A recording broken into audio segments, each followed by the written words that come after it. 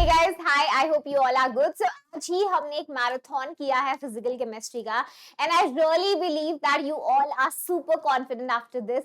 तो ये सेशन और बस करना है, फिर आज का हमारा पूरे दिन का जो टास्क था वो कंप्लीट पैक हो जाएगा. Physical chemistry would be fully closed. तो अभी तक we have seen a session जो थोड़ा लेंथी सेशन था, जिसमें हमने सारे थ्योरी भी पढ़ा. We have seen each and everything, formula used, the question practice, PYQ, सब कुछ.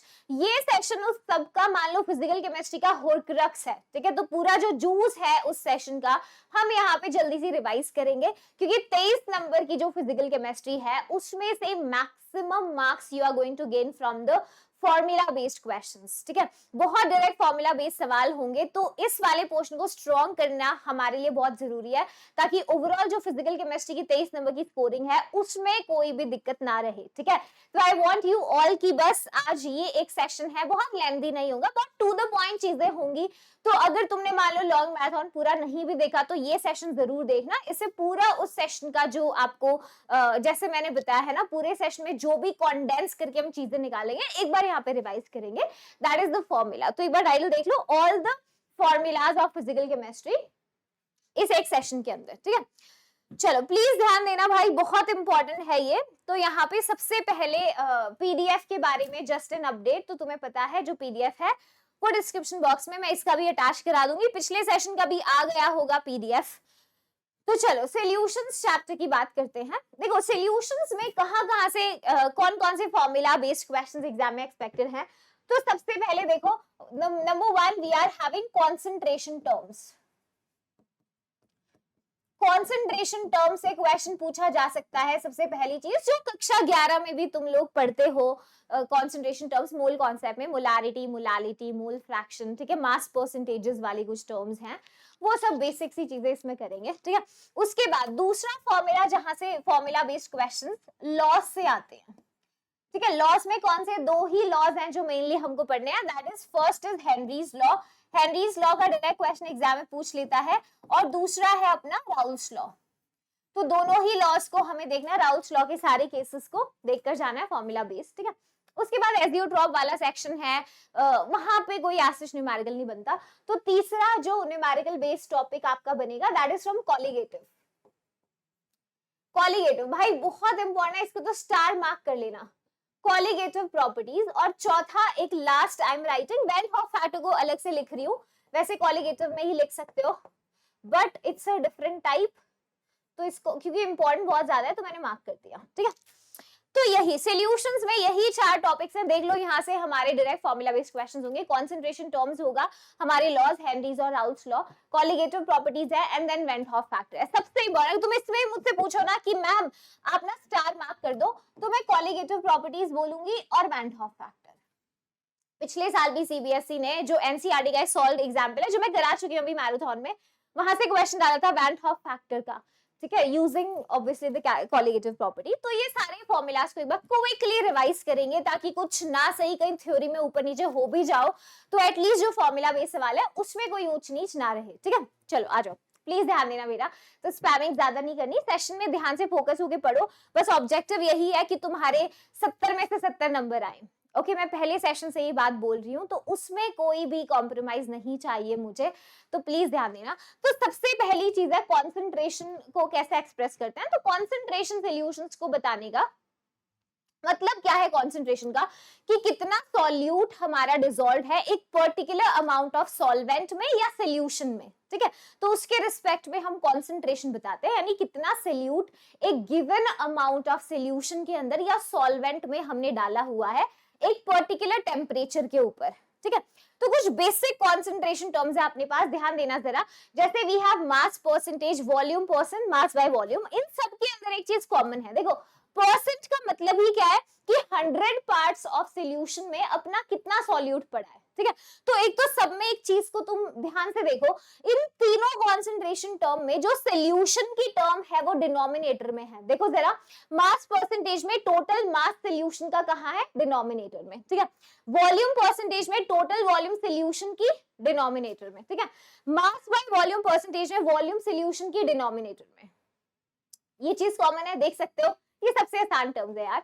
अच्छा न्यूमरेटर में कौन है, सॉल्यूट है, तीनों टर्म्स में देख लो कितना सॉल्यूट पड़ा है गिवन अमाउंट ऑफ सॉल्यूशन के अंदर, ठीक है, 100 पार्ट्स ऑफ सॉल्यूशन में कितना सॉल्यूट पड़ा है वही हम यहाँ डिफाइन कर रहे हैं। जैसे देखो सब में देखो सॉल्यूट ऊपर है, न्यूमरेटर में देखो मास ऑफ कंपोनेंट यानी सॉल्यूट की अगर हम बात करें तो दैट है ना, उस कंपोनेंट को ही हम सॉल्यूट बोल रहे हैं कि उसका कितना मास पड़ा है सॉल्यूशन में with respect to total mass of the solution. ये हमारी मास बाय मास परसेंट है, ठीक है।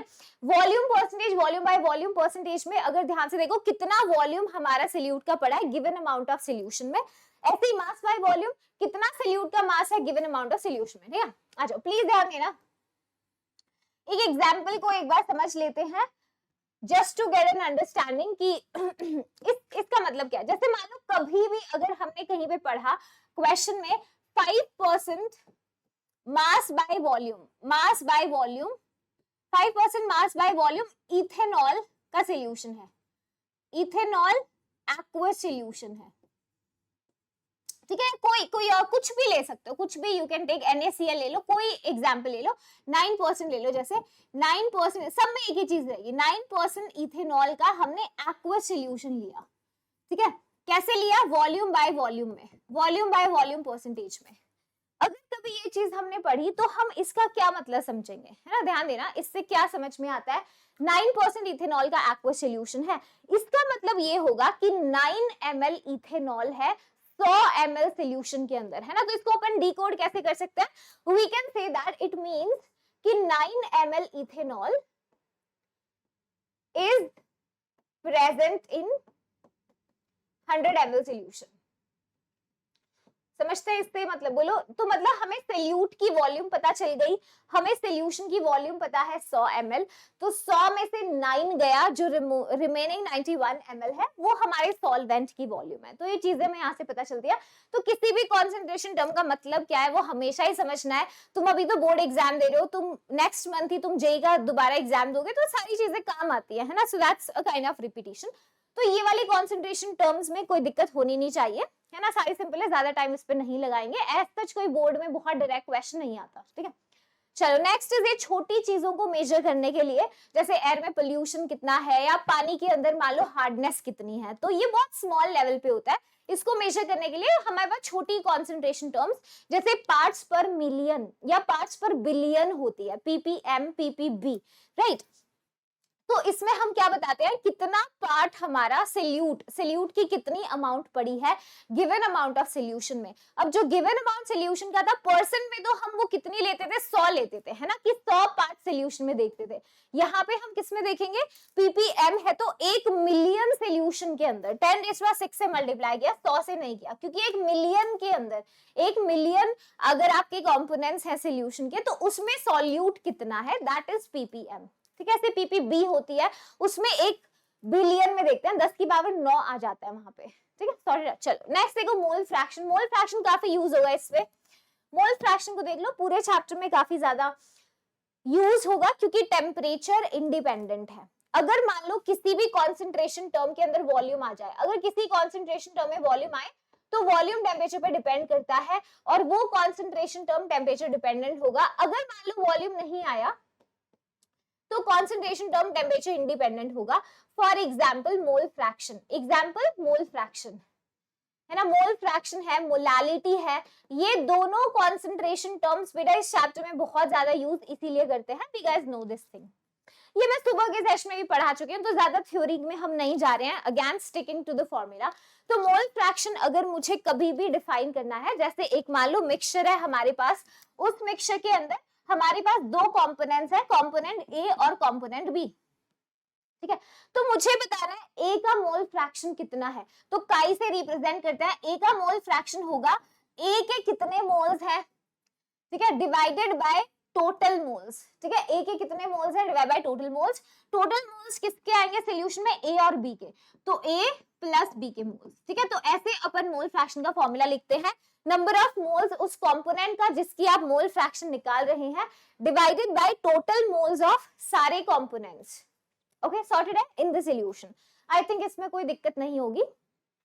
चलो मोल फ्रैक्शन था, इसके बाद मोलालिटी देख लो। मोलालिटी को कैसे लिखते हैं, मोलालिटी होता है सॉल्यूट के कितने मोल्स, मोल्स ऑफ सॉल्यूट अच्छा यहाँ पे एक काम करो, ए से लिखेंगे हम सॉल्वेंट, ए से हम डिनोट करते हैं सॉल्वेंट को, ठीक है, और बी से अपन डिनोट करते हैं सॉल्यूट को।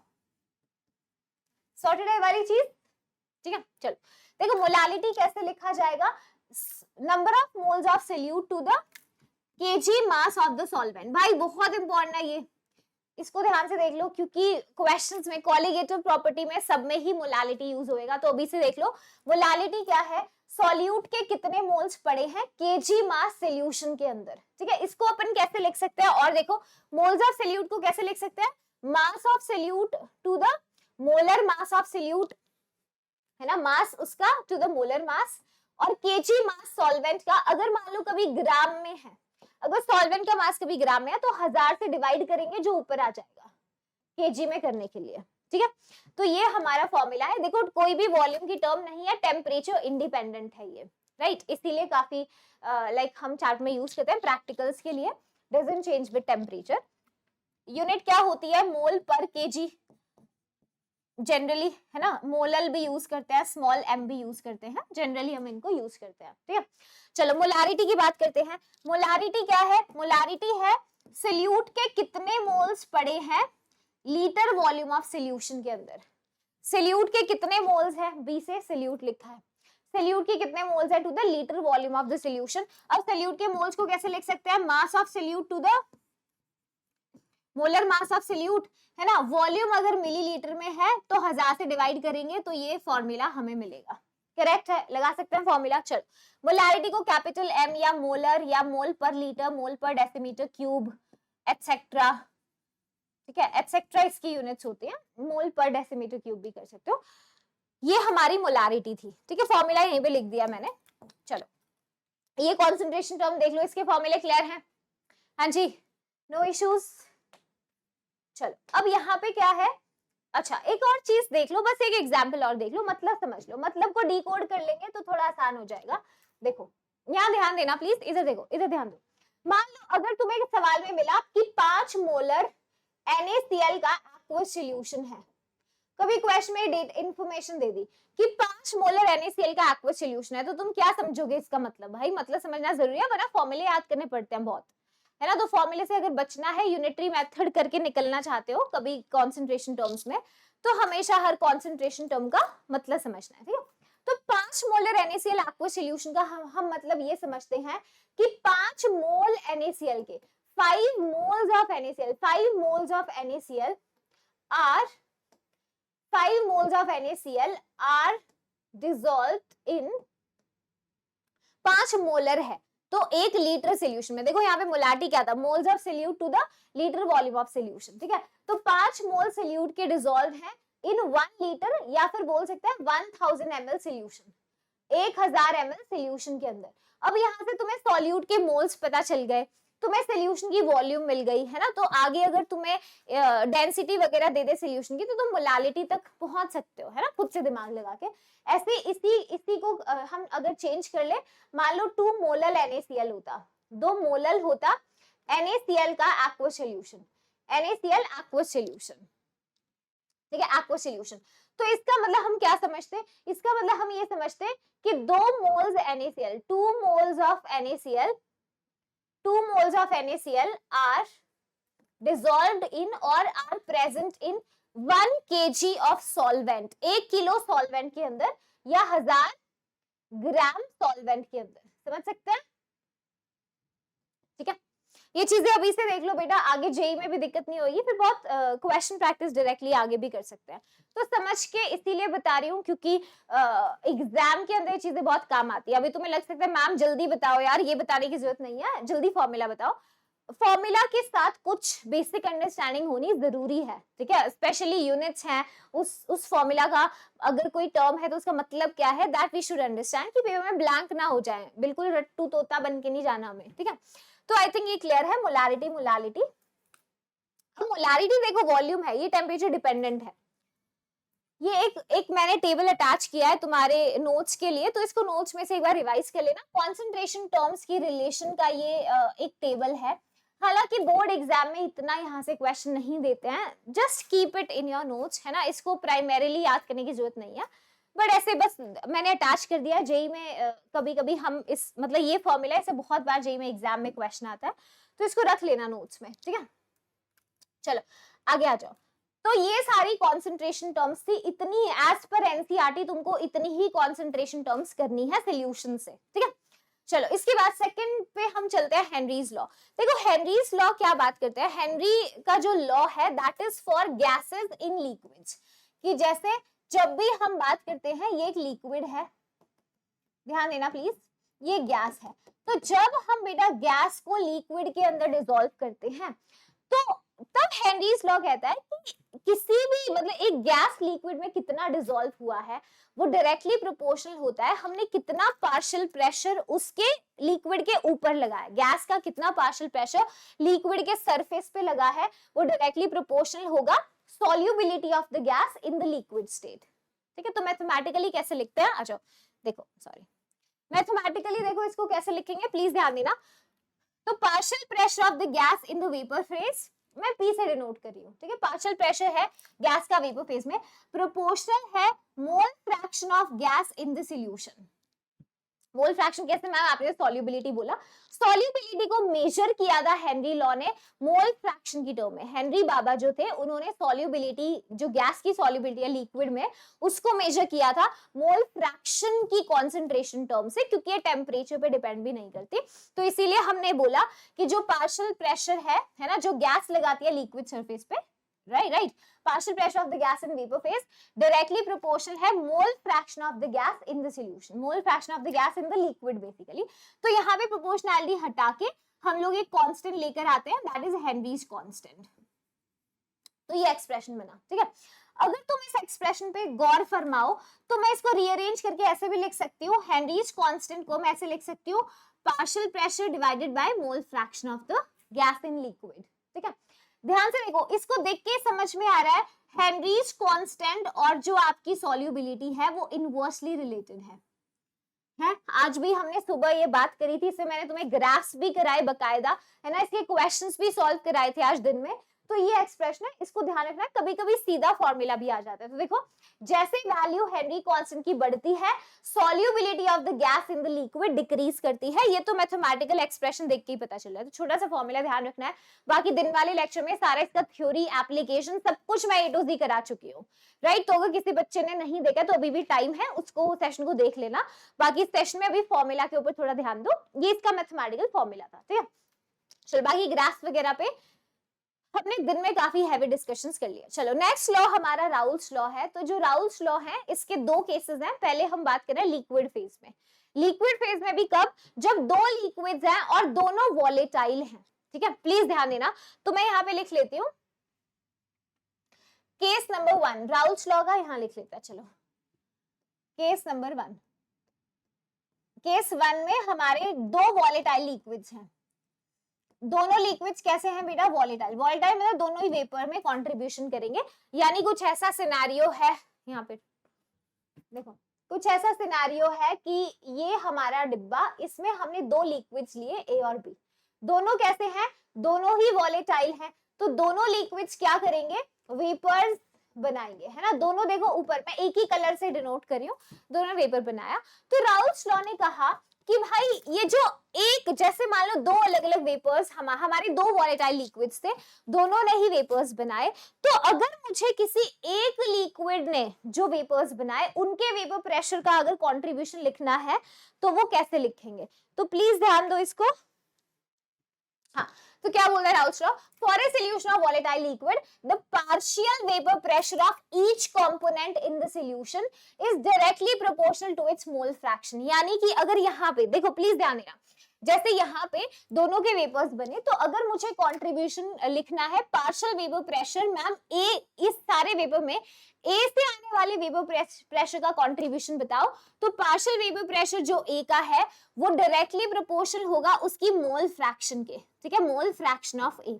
यहाँ पे प्रोपोर्शनैलिटी हटा के इन्होंने क्या लिखा था, जो कांस्टेंट के तौर पे लिखा था पी नॉट ए। वो पी नॉट ए क्या है, पी नॉट ए है प्योर, जब मैंने सिर्फ लिक्विड ए लिया, जब मैंने प्योर ए लिया तो उससे कितना कंट्रीब्यूशन आया वेपर प्रेशर में, ठीक है। तो पी नॉट ए क्या है, जब मैंने प्योर लिक्विड लिया, जब मैंने प्योर मतलब पी नॉट ए क्या है समझ लो, जब मैंने डिब्बे के अंदर सिर्फ ए लिया, देखो डिब्बे में सिर्फ लिक्विड ए है, तो जब सिर्फ लिक्विड ए था तो यहां से आने वाले जो वेपर प्रेशर था वो, ठीक है, तो यानी vapour pressure of pure A P naught a constant के तौर पे, क्योंकि फिक्स्ड ही रहेगा ए से कितना वेपर प्रेशर आया एक पर्टिकुलर टेम्परेचर पे, पी नॉट ए का ए, ठीक है। ऐसे ही देखो मुझे दूसरे कंपोनेंट का अगर पार्शियल वेपर प्रेशर बी का कितना है यहाँ पे, तो वो किसके बराबर होगा, प्रोपोर्शनैलिटी लिख लो उसकी मोल फ्रैक्शन ऑफ बी के, ठीक है, बी की मोल फ्रैक्शन के। अच्छा अब हम कैसे लिख सकते हैं, प्रोपोर्शनैलिटी हटा के पी नॉट बी का बी, ठीक है।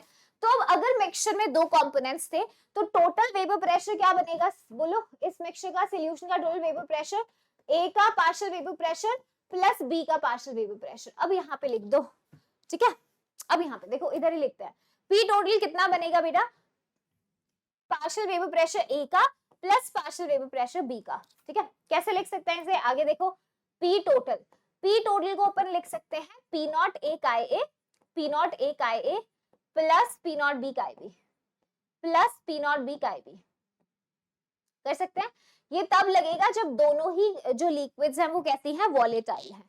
केस टू होगा जैसे मान लो एक वॉलेटाइल लिक्विड है, एक वॉलेटाइल सॉल्वेंट है मान लो, उसमें नॉन वॉलेटाइल सोल्यूट डाल दिया, एक वॉलेटाइल लिक्विड है उसमें सोल्यूट जो मैंने डाला वो नॉन वॉलेटाइल था, तो उसके केस में मैं केस 2 बना नहीं रही, यहीं पे देख लो उस मान लो ए वॉलेटाइल था बी नॉन वॉलेटाइल, तो बी से तो आएगा ही नहीं कोई वेपर प्रेशर, तो सिर्फ है ना, अगर वो वाला केस होता है यहीं पे, समझ रहे हो ना तुम बात को मैं क्या बोल रही हूँ।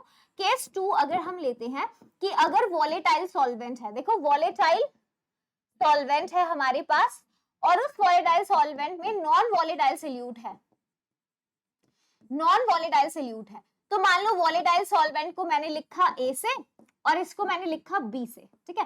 तो इस केस में बोलो टोटल वेपर प्रेशर क्या होएगा, partial vapour pressure A plus partial vapour pressure B का तो होगा ही नहीं भाई, ये तो कट जाएगा, नॉन वॉलेटाइल सोल्यूट है ना, तो इसका मतलब टोटल वेपर प्रेशर क्या होगा, पी नॉट ए का ए, पी नॉट ए का ए, यहाँ पे सिर्फ ये बनता है, और इसी को आगे रीअरेंज करके हम RLVP निकालते हैं, relative lowering in vapour pressure. आज दिन में भी मैंने तुम्हें ये चीज कराई थी, तो आई थिंक ये चीज क्लियर है। एक बार फिर से देख लो अब तक सेशन में क्या हुआ है, रिकैप करा रही हूँ। देखो सॉल्यूशन चैप्टर में ये 4 टॉपिक्स हैं जहां से फॉर्मूले बनते हैं और जहां से सवाल आते हैं। पहला टॉपिक था कॉन्सेंट्रेशन टर्म, दूसरा है लॉस, कॉलीगेटर और वैन हॉफ फैक्टर। अब तक 2 हम कर चुके हैं, एक तो कॉन्सेंट्रेशन में पहले बहुत बेसिक कॉन्सेंट्रेशंस हैं जिसमें एक ही चीज सोल्यूट का mass with respect to solution के हमने डिफाइन किया है, ठीक है। ये कॉन्सेंट्रेशन टर्म में थोड़ा ध्यान देना मोलालिटी के ऊपर और मोल फ्रैक्शन पे, ये ज्यादा यूज होते हैं चैप्टर में, ठीक है। चलो इसके बाद हमने किया next Henry's law. Henry's law का मैथमेटिकल एक्सप्रेशन छोटू सा था, इजी था, we have discussed and then we had done the Raoult's law. यहाँ तक कोई दिक्कत होनी नहीं चाहिए, ठीक है। चलो आगे चलो, नेक्स्ट बात करते हैं हम कॉलीगेटिव प्रॉपर्टीज। चलो आई थिंक हाँ एक और चीज कर लो भाई, ये तो हमने राउल्स लॉ लिक्विड फेज में किया, एक बार वेपर फेज में भी देख लो, ये फॉर्मूले रह गए। मोल फ्रैक्शंस इन वेपर फेज, यानी कि ये कि अभी जब हमने मोल फ्रैक्शन मतलब हम एक फॉर्मूला मैं तुम्हें बताती हूँ, देखो डाल्टन्स लॉ है एक, जो गैसियस स्टेट में एक्चुअली डाल्टन्स लॉ पढ़ते थे, तो उसके बाद तो खैर डिलीट कर दिया था इसे, बट स्टिल डाल्टन्स लॉ तो हमें आना ही चाहिए क्योंकि ये जो लॉ था ये केमिकल इक्विलिब्रियम में भी यूज होता है ना, यहाँ जेई के लिए जब पढ़ते हो यहाँ पे भी यूज होता है। अच्छा देखो डाल्टन्स लॉ के हिसाब से जैसे मान लो कभी हम किसी गैस का पार्शियल प्रेशर बताते हैं, वो किसके बराबर होता है, उसकी mole fraction into total pressure, किसी गैस मतलब पीजी ही कर लो इसको, ए मत लिखो, partial pressure of a gas किसके बराबर होता है बेटा, उसकी mole fraction of the gas multiplied by the total pressure, ये इसका मैथमेटिकल एक्सप्रेशन है, ठीक है। अगर ये काय है मोल फ्रैक्शन है, अब अगर मान लो मैं गैस की मोल फ्रैक्शन को लिखूं, वो क्या बनेगा, pressure of that gas partial pressure है ना of the gas divided by total pressure बनेगा, लिख सकती हूँ, ओके।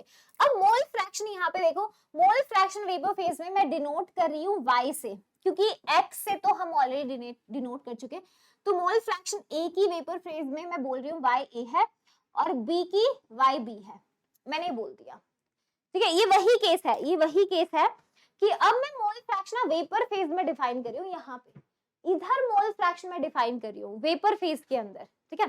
तो वेपर फेज में देखो इसी फॉर्मूला को यूज करेंगे, ये वाला, ये जो मैंने डाल्टन्स लॉ से लिखा है, ठीक है। कैसे लिख सकते हैं, देखो अगर मान लो मेरे को ए का वेपर फेज में मोल फ्रैक्शन लिखना है बाय ए, वो किसके बराबर होगा, partial pressure of A divided by total pressure, partial pressure. अब राउल्स लॉ लगा दो, कैसे लिख सकते हैं, P naught A chi A divide by total में क्या आएगा, P naught A chi A plus P naught B chi B, लिख सकते हैं, ठीक है। ओके, ऐसे देखो मैं बी के लिए भी लिख सकती हूँ, बी की मोल फ्रैक्शन वेपर फेज में किसके बराबर होगी, उसका पार्शियल वेपर प्रेशर बी का divided by total vapour pressure. यहाँ राउल्स लॉ लगा दो, P naught B chi B divided by P naught A chi A, और टोटल मोल फ्रैक्शन हमेशा हम जानते हैं 1 के बराबर होता है, P naught B chi B, ठीक है। चीज देख लो, यस, पी नॉट ए काई टोटल, ठीक है। तो ये आपका वेपर फेज में मोल फ्रैक्शंस होते हैं, राउल्स लॉ में ही हम मतलब यहीं से करते हैं इसको, तो इस केस को भी ध्यान रखना, ओके। चले, हेनरीज राउल्स लॉ ये हो गया है। आगे देखो कॉलिगेटिव प्रॉपर्टीज, कॉलिगेटिव प्रॉपर्टीज का सारा थ्योरी सब जो डेरिवेशन टाइप जो भी चीजें हैं मैं करा चुकी हूँ दिन में, ये फॉर्मूला का सेक्शन है, तो डायरेक्ट फॉर्मूलाज ही बेटा हम देखेंगे, तो I think you guys are clear on this part. तो सबसे पहले देखो, सबसे पहले we have the first colligative properties. Colligative कौन, जो अमाउंट पे डिपेंड करती है, दिन में ही मैंने ये बात बोली थी। वैसे तो लाइफ में हम एक चीज ज्यादा ओबे करते हैं कि क्वालिटी ज्यादा मैटर करती है, क्वांटिटी नहीं, लेकिन ये ऐसा नहीं समझती। कॉलिगेटिव प्रॉपर्टी कहते हैं नहीं भाई, क्वालिटी तो चलो भाड़ में जाए, हमें तो क्वांटिटी से मतलब है, तो नंबर ऑफ सॉल्यूट पार्टिकल्स पे डिपेंड करती है। तो कॉलिगेटिव प्रॉपर्टी सबसे पहली जो हमारे पास है दैट इज RLVP। अच्छा, ये सारे जो केसेस हम पढ़ रहे हैं ये तब हमने पढ़े हैं जब हमने एक वॉलेटाइल सॉल्वेंट के अंदर, प्लीज ध्यान रखना, ये वॉलेटाइल सॉल्वेंट था हमारे पास, उस वॉलेटाइल सॉल्वेंट में हमने क्या किया, नॉन वॉलेटाइल सोल्यूट डाल दिया, नॉन वॉलेटाइल सॉल्यूट डाल दिया, है ना। वॉलेटाइल सॉल्वेंट में हमने एक नॉन वॉलेटाइल सोल्यूट को जो है ऐड कर दिया। तो प्लीज ध्यान देना यहाँ पे, सबसे पहले RLVP, जब भी हम किसी वॉलेटाइल सॉल्वेंट में नॉन वॉलेटाइल सोल्यूट डालते हैं तो जो वेपर प्रेशर है वो घट जाता है, क्योंकि सरफेस के ऊपर पहले तो सारे पार्टिकल्स वॉलेटाइल सॉल्वेंट के थे तो ज्यादा वेपर्स बन रहे थे। अभी क्या हुआ, कुछ सरफेस पे कुछ पार्टिकल्स नॉन वॉलेटाइल सोल्यूट के भी हैं जो वेपर प्रेशर में तो कंट्रीब्यूशन कर ही नहीं रहे हैं, राइट, तो वाली चीज है। तो प्लीज ध्यान देना कितनी लोअरिंग आई होगी, तो इसका एक्सप्रेशन देखो क्या बनता है, आ जाओ प्लीज ध्यान देना, जैसे इनको छोड़ो जो भी लिखा है नंबरिंग, ठीक है, एक अलग स्लाइड ऐड कर लेते हैं। हाँ देखो, लोअरिंग इन वेपर प्रेशर, मान लो जो प्योर सॉल्वेंट था उसका वेपर प्रेशर पी नॉट ए था, ए से हम सॉल्वेंट लिखते हैं, ठीक है। तो जो प्योर सॉल्वेंट था, जब सिर्फ सॉल्वेंट पड़ा था तो उस वहां से जो वेपर प्रेशर आ रहा था प्योर सॉल्वेंट का वो पी नॉट ए था। अब हमने क्या किया, इस ए के अंदर, इस ए सॉल्वेंट के अंदर हमने नॉन वॉलेटाइल सोल्यूट डाल दिया, तो अब सोल्यूशन का जो वेपर प्रेशर है वो तो कम हो जाएगा, राइट। तो पी नॉट ए में से मान लो मैंने पीए सब्ट्रैक्ट किया, पीए क्या है, वेपर प्रेशर सोल्यूशन का, ये चीज ध्यान रखनी है, this is vapour pressure of pure solvent, okay, और ये क्या है, vapour pressure of solution, vapour pressure of solution, ठीक है। तो ये लोवरिंग होती है, पी नॉट ए माइनस पी, इतनी लोवरिंग आई वेपर प्रेशर में जब हमने बाहर से नॉन वोलेटाइल सोल्यूट डाला, ठीक है, किसके रिस्पेक्ट में, जो हमारा प्योर सॉल्वेंट का वेपर प्रेशर था उसके रिस्पेक्ट में। तो ये अब ये पूरी टर्म बनी relative lowering in vapour pressure. जब मैंने सिर्फ P naught A minus P A लिखा था वो लोअरिंग इन वेपर प्रेशर था, P naught A minus P A divide by P naught A, this is relative lowering in vapour pressure, और ये बराबर होता है मोल फ्रैक्शन ऑफ सोल्यूट के, ठीक है। मोल फ्रैक्शन ऑफ सोल्यूट को हम लिख सकते हैं solute of moles divided by total moles, A और बी। अब अगर मान लो if dilute solution is present, अगर डाइल्यूट सॉल्यूशन होता है, वैसे क्वेश्चन में ही बोल देता है, मेजॉरिटी आपको डाइल्यूट सॉल्यूशन ही बोलते हैं, तो हम उस केस में क्या करते हैं, ए सॉल्वेंट के मोल्स काफी ज्यादा होते हैं सल्यूट के रिस्पेक्ट में, तो इधर डिनोमिनेटर में जो है ना बी सल्यूट के मोल्स को हम इग्नोर कर सकते हैं, ठीक है। तो उस केस में हम P naught A minus P A divide by P naught a relative lowering in vapour pressure किसके बराबर होता है, सल्यूट के मोल्स डिवाइड बाय सॉल्वेंट के, ठीक है। कब, अगर डिल्यूट सॉल्यूशन होता है हमारे सामने तो वी कैन यूज दिस, ठीक है। अच्छा, इसमें अभी तक ये जो मैं अभी तुम्हें फॉर्मुलेस करा रही हूँ ये किस सिचुएशन को कंसीडर करते हुए, रुक जाओ, ये किस केस में है, अभी हमने जो सॉल्यूट डाला है वो कैसा है ये लिख लो, वो डिसोसिएट या एसोसिएट नहीं करेगा, यानी वो नॉन इलेक्ट्रोलाइट है। अभी हम नॉन इलेक्ट्रोलाइट की बात कर रहे हैं, क्योंकि इलेक्ट्रोलाइट्स अगर कोई टूटने या जुड़ने लग जाएगा तो उस केस में वैन हॉफ फैक्टर आएगा आगे। तो मैं इसलिए पहले इंडिविजुअली फॉर्मूले दिखा रही हूँ, फिर वैन हॉफ समझा के एक बार फॉर्मूले दोबारा दिखा दूंगी, ठीक है। ये चीज समझ गई सबको, RLVP relative lowering in vapour pressure, ठीक है। आगे चले, चलो नेक्स्ट देखो, next colligative property elevation in boiling point. अच्छा, जब हमने बाहर से नॉन वोलेटाइल सॉल्यूट डाला तो वेपर प्रेशर में लोवरिंग आ गई, ठीक है, और बॉइलिंग पॉइंट बढ़ गया। देखो प्लीज वेपर प्रेशर के एक दो टर्म्स तुमको पता होनी चाहिए, मैं यहाँ बता रही हूँ, ऑल्दो फॉर्मूला नहीं है। वेपर प्रेशर बेटा टेम्परेचर के डायरेक्टली प्रोपोर्शनल है, ठीक है। वेपर प्रेशर इंटरमॉलिक्यूलर फोर्सेस के इनवर्सली प्रोपोर्शनल है। जितना intermolecular forces of attraction strong होती हैं पार्टिकल्स में, उतना ही कम वो टूट के वेपर बनना चाहेगा, ठीक है। तो अगर मान लो फोर्सेस ऑफ अट्रैक्शन पार्टिकल्स की आपस में काफी ज्यादा स्ट्रांग है तो वेपर प्रेशर का कंट्रीब्यूशन अपने आप ही कम हो जाता है, ठीक है। अच्छा, वेपर प्रेशर बॉइलिंग पॉइंट के भी इनवर्सली प्रोपोर्शनल होता है। अगर मान लो किसी लिक्विड का, कोई मिक्सचर है, कोई लिक्विड ही ले लो, उसका बॉइलिंग पॉइंट बहुत ज्यादा है, इसका मतलब वो बॉयल नहीं होना चाहता आराम से, है ना। अगर बॉइलिंग पॉइंट बहुत ज्यादा है तो मतलब उसको बॉयल कराने के लिए ज्यादा एनर्जी चाहिए, तो मतलब फोर्सेस स्ट्रांग रही होंगी पार्टिकल्स की, तो कि वो आराम से टूट के जो है वेपर नहीं बनना चाहता। तो वेपर प्रेशर इनवर्सली प्रोपोर्शनल का बॉइलिंग पॉइंट के भी। ये बात मैं क्यों बता रही हूँ, क्योंकि अभी जो मैंने चीज बताई कि जब हमने नॉन वोलेटाइल सॉल्यूट डाला बाहर से तो बॉइलिंग पॉइंट, वेपर प्रेशर कम हुआ, boiling point elevation, boiling point में बढ़ोतरी आती है। तो यहाँ पे हम जो एलिवेशन लिखते हैं वो डेल्टा टीबी से दिखाते हैं। Delta TB is the elevation in boiling point of the solution, ठीक है। डायरेक्टली प्रोपोर्शनल होगा किसके, उसकी मोलालिटी के, मोलालिटी ऑफ द सॉल्यूशन, ठीक है। अच्छा, मोलालिटी के है, प्रोपोर्शनैलिटी हटा के यहाँ पे जो कांस्टेंट आता है वो केबी होता है, केबी इनटू मोलालिटी, ठीक है। ये जो केबी होता है इसे क्या बुलाते हैं, विलियोस्कोपिक कांस्टेंट, ई साइलेंट होता है।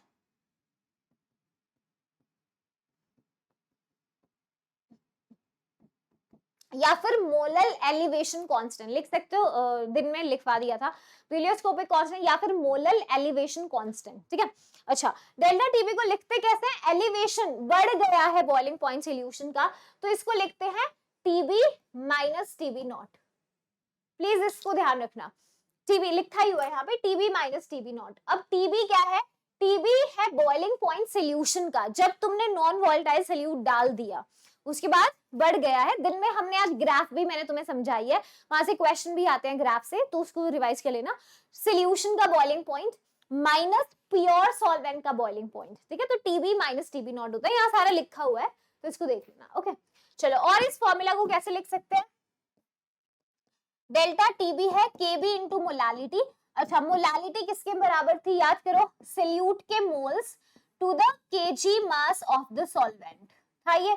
और कैसे लिख सकते हैं डेल्टा टीबी को, KB into moles of solute को लिखो mass of solute to the molar mass of solute, okay, KG mass of the solvent. अगर मान लो कभी ग्राम में है सॉल्वेंट का मास तो 1000 से डिवाइड करते हैं जो ऊपर आ जाता है, तो ये एक्सप्रेशन तुम बना सकते हो ऑन सब्स्टिट्यूटिंग मोलालिटी, ठीक है, डेल्टा टी। अच्छा, अब देखो अगर पानी का केबी है तो तुम्हें यूजुअली क्वेश्चन में दिया होता है, वाटर के केसेस में ज्यादा दिक्कत नहीं होती, वो तो इतनी न्यूमेरिकल प्रैक्टिस करिए याद भी हो जाता है। कभी कभी कोई और सॉल्वेंट अगर हो पानी के अलावा तो केबी की वैल्यू हमें कैलकुलेट करनी पड़ती है। बहुत फ्रिक्वेंटली तो ऐसा क्वेश्चन नहीं देता कि केबी निकलवाता है, बट पता जरूर होना चाहिए, यहाँ से क्वेश्चन आता है कि केबी को कैसे निकालेंगे। तो केबी को निकालने का formula I am telling you guys, इसको एक बार देखकर जाना है, जेई में भी इससे सवाल पूछ लेता है कभी कभी, तो प्लीज इसको ध्यान से देखना। देखो, किसी सॉल्वेंट के लिए अगर हमें उसका ब्यूलियोस्कोपिक कांस्टेंट यानी मोलर एलिवेशन कांस्टेंट निकालना है तो क्या करना है, RT² into m divided by 1000 into enthalpy of vaporisation.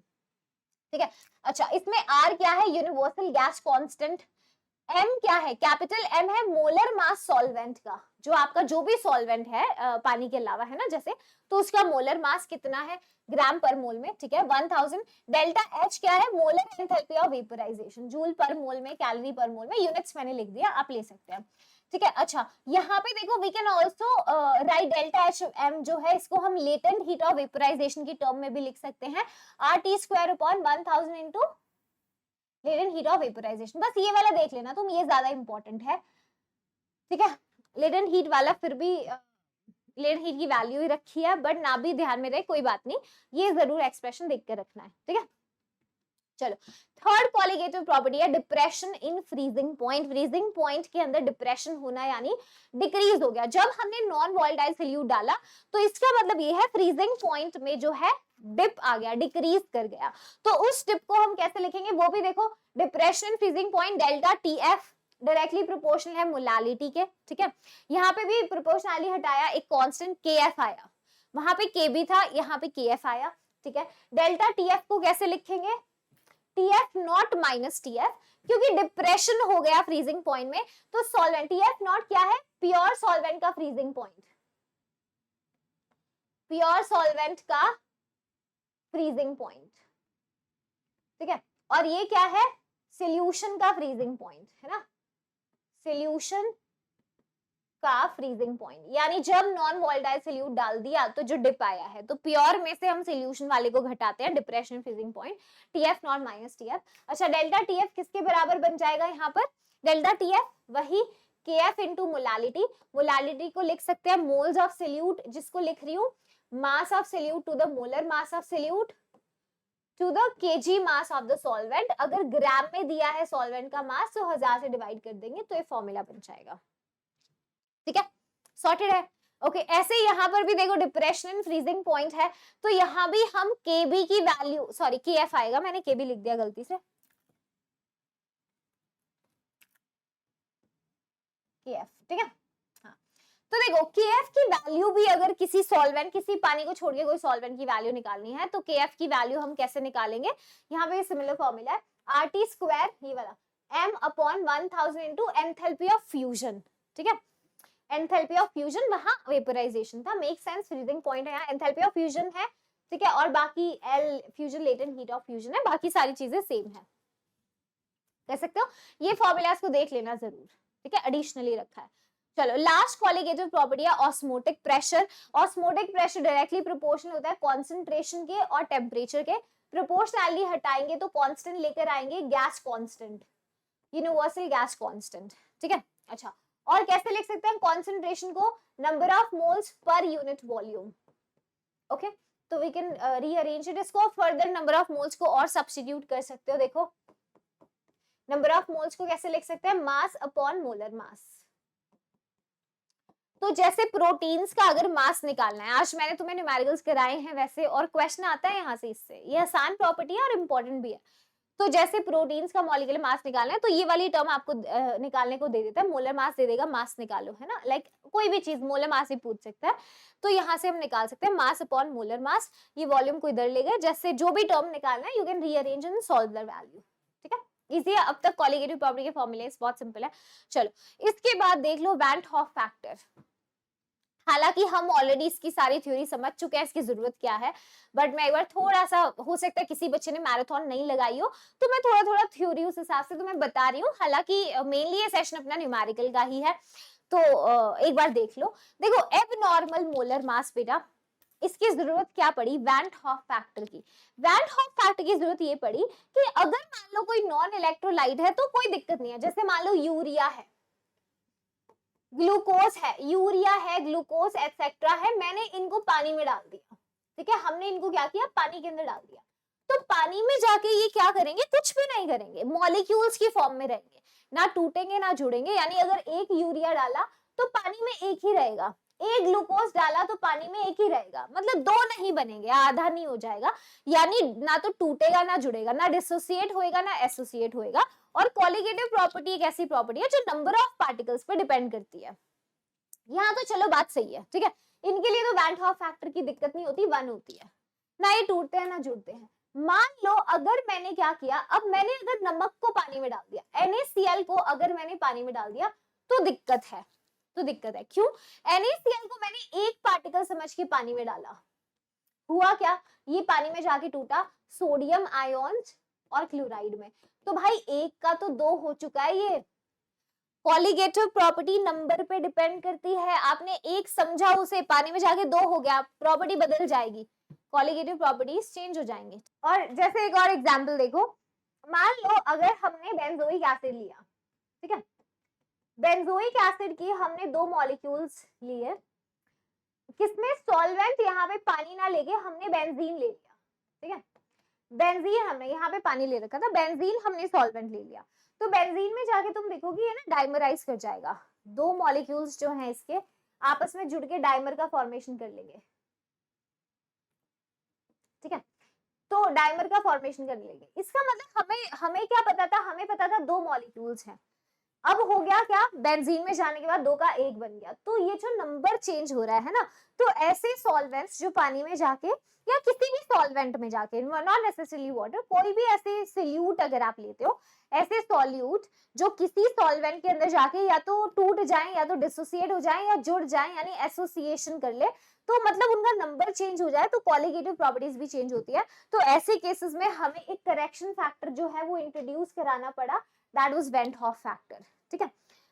तो वेन हॉफ फैक्टर इसीलिए जरूरी है। तो किस तरीके से इसको लिख सकते हैं, सबसे पहला तो लास्ट वाला रिलेशन देखो, सबसे आसान और बढ़िया होता है ये, क्या है वेन हॉफ फैक्टर, ध्यान देना प्लीज, देखो वेन हॉफ फैक्टर जो है that can be written as, इसको थोड़ा सा चेंज करते हैं, हाँ कैसे लिख सकते हैं, सबसे पहले चेक करो, number of moles after association या डिसोसिएशन, ठीक है, डिसोसिएशन एसोसिएशन के बाद के moles divided bye moles before association या डिसोसिएशन, ठीक है, तो बाद के मोल्स जो हैं वो कितने हैं डिवाइड बाय इनिशियली कितने थे, जैसे यहाँ पे देखो शुरू में तो 1 था, है ना, टूटने के बाद कितना हो गया, 2 हो गए, राइट, तो इसके लिए वैन हॉफ फैक्टर लिखेंगे, तो एसोसिएशन या यहाँ पे डिसोसिएशन हो रहा है, डिसोसिएशन के बाद 2 और इनिशियली 1 था, यानी जब भी कभी डिसोसिएशन होता है तो उसका वैन हॉफ फैक्टर 1 से बड़ा होता है, तुम्हारे सामने है, देख लो NaCl का एग्जांपल, तो यहाँ पे भी देखो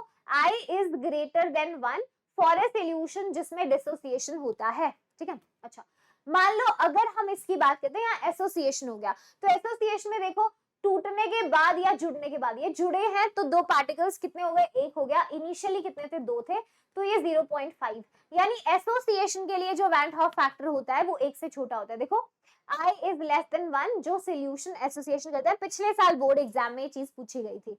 अच्छा अगर मान लो कोई भी एसोसिएशन या डिसोसिएशन हो ही नहीं रहा है, तो आप उसको 1 ही लेकर चल सकते हो, ठीक है, जैसे मैंने यहाँ बोला, नॉट 0, इसको चेंज करो, I is equal to 1 अगर कोई एसोसिएशन या डिसोसिएशन नहीं हो रहा, ठीक है, ओके, प्लीज ध्यान देना। तो एक तो ये फॉर्मूला है सबसे आसान जो हम न्यूमेरिकल्स में यूज करते हैं, दूसरे दो देखो, कॉलीगेटिव प्रॉपर्टी और मास जो है वो इनवर्सली रिलेटेड होता है, ठीक है, colligative property molecular mass inversely related, यार दिन में ही पढ़ा है। तो देखो एक तरीका है I को लिखने का, observed colligative property divided by normal, observed colligative property यानी कि एसोसिएशन या डिसोसिएशन के बाद जो प्रॉपर्टी है उतनी, है ना, वो डिवाइड बाय नॉर्मल मतलब बिफोर एसोसिएशन डिसोसिएशन। और मास की टर्म्स में फॉर्मूला उल्टा हो जाता है, नॉर्मल मॉलिक्यूलर मास ऊपर आता है, ऑब्जर्व नीचे, कॉलीगेटिव प्रॉपर्टी मास इनवर्सली रिलेटेड है, ठीक है। तो इसको कैसे लिखेंगे, नॉर्मल मॉलिक्यूलर मास, नॉर्मल मतलब कि बिफोर एसोसिएशन या डिसोसिएशन जो मास है, divided by observe molecular mass, यानी जब डिसोसिएशन या एसोसिएशन हो गया, जैसे यहाँ पे तो आप देखोगे 2 यूनिट से 1 यूनिट बन गई, है ना, तो यहाँ पे ये जो मास है, जो इसका मास ऑब्जर्व करोगे, है ना, ये ऑब्जर्व्ड मास है आफ्टर एसोसिएशन, है ना, इसका पहले जो था वो before dissociation, that was normal mass. तो ये हमारे तरीके होते हैं वैन हॉफ फैक्टर को लिखने के, ज्यादा कॉमनली हम इसको यूज करते हैं, मोर कॉमनली, बट आपको सारे पता होने चाहिए, ठीक है। इसको देख लो एक बार, करेक्ट है, चलो आगे देखो, अब रिलेशन देख लो। डिग्री हम कैसे लिखेंगे, डिग्री ऑफ डिसोसिएशन या डिग्री ऑफ एसोसिएशन को, अल्फा और आई का relation, degree of dissociation alpha का रिलेशन वैन हॉफ फैक्टर के साथ। आज दिन में ही हमने इसको किया है, पूरा सॉल्व डिराइव कराया था।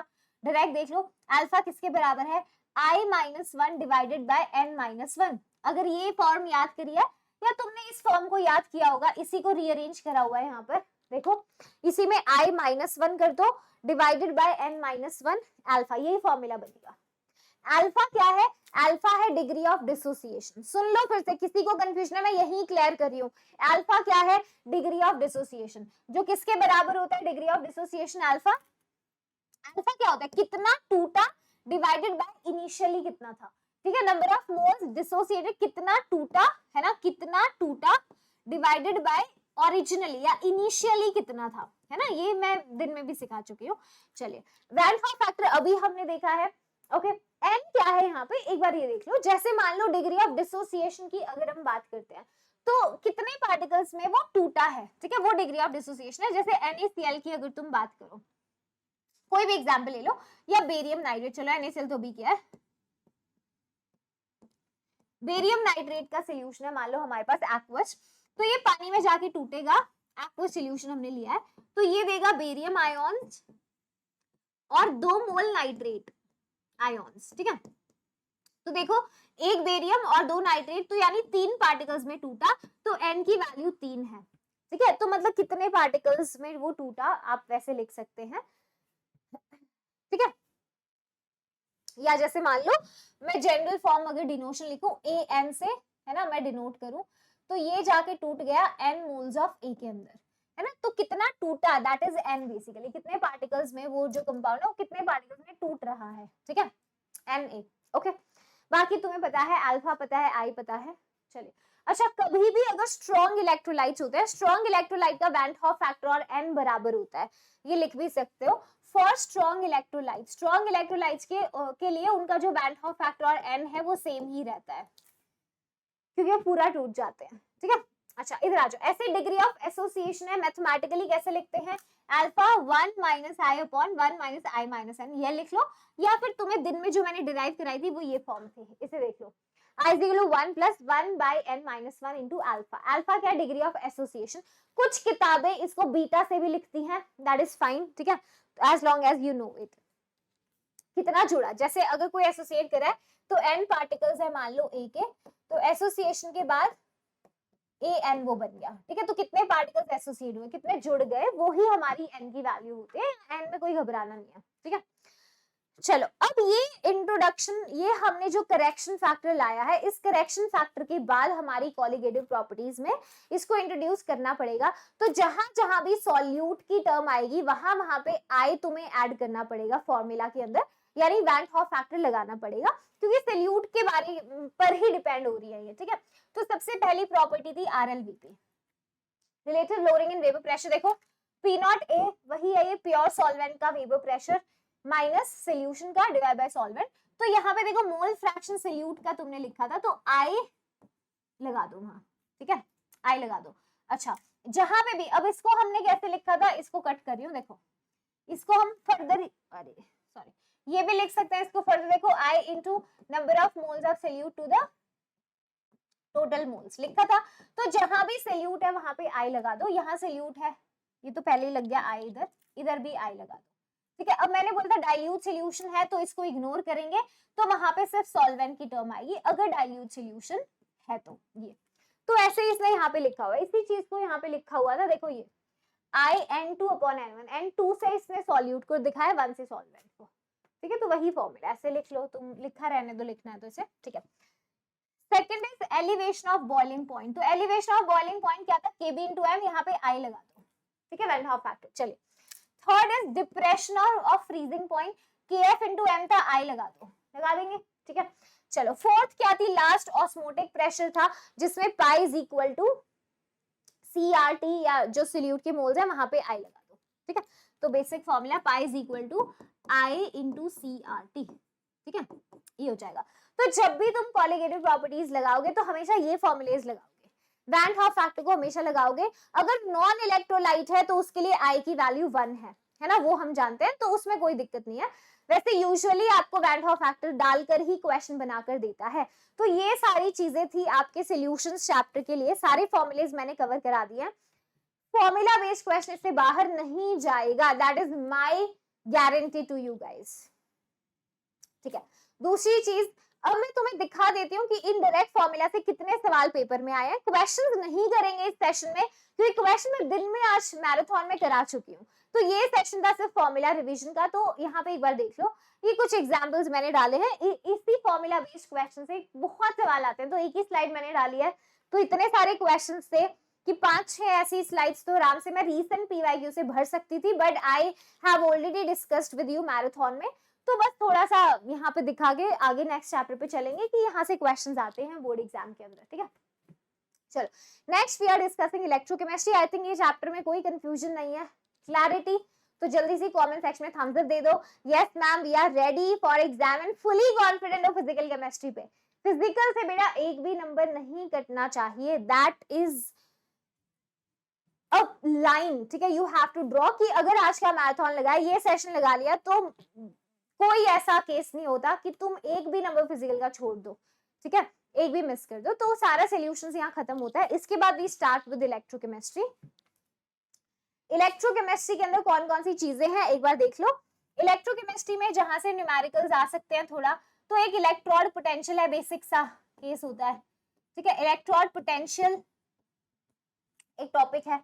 उसके बाद बीच में कॉन्सेप्चुअल चीजें आप ज्यादा करते हो, तो मैं ज्यादा उनको न्यूमेरिकल में नहीं मान रही हूँ कि मैं अलग से सेल रिप्रेजेंटेशन लिखूं, वो सब लिखूं, है ना, that I am not mentioning. Direct मैं नर्स्ट इक्वेशन लिखती हूँ।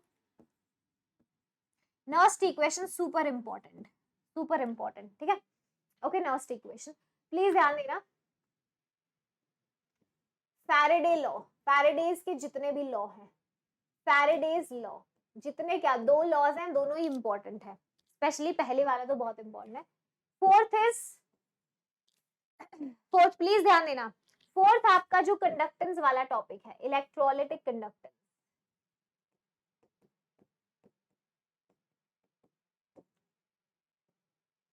यहाँ पे यही 4 टॉपिक्स हैं जहां सबसे ज्यादा क्वेश्चंस आएंगे न्यूमेरिकल, और ये तुम्हें पता है सबसे ज्यादा वेटेज का अगर कोई चैप्टर है दैट इज इलेक्ट्रोकेमिस्ट्री। सब छोड़ सकते हो, इसे नहीं छोड़ सकते।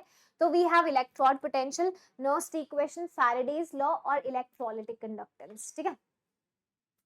अच्छा, सबसे पहले एक बार इसको पढ़ लेते हैं। स्टैंडर्ड इलेक्ट्रोड पोटेंशियल बेटा कैसे लिखा जाएगा? स्टैंडर्ड इलेक्ट्रोड पोटेंशियल लिखने के लिए कभी भी, मैंने दिन में भी बताया था, कभी सेल पे ऐसे याद नहीं रखते कि एनोड पॉजिटिव है, कैथोड नेगेटिव है, साइन से कभी याद नहीं रखते, प्रोसेस से हाँ याद रख सकते हो। एनोड पे हमेशा ऑक्सीडेशन होता है, कैथोड पे हमेशा रिडक्शन, ये उसका शॉर्टकट है, जैसे तुम्हें दिन में बताया था उससे भी कर सकते हो, ठीक है।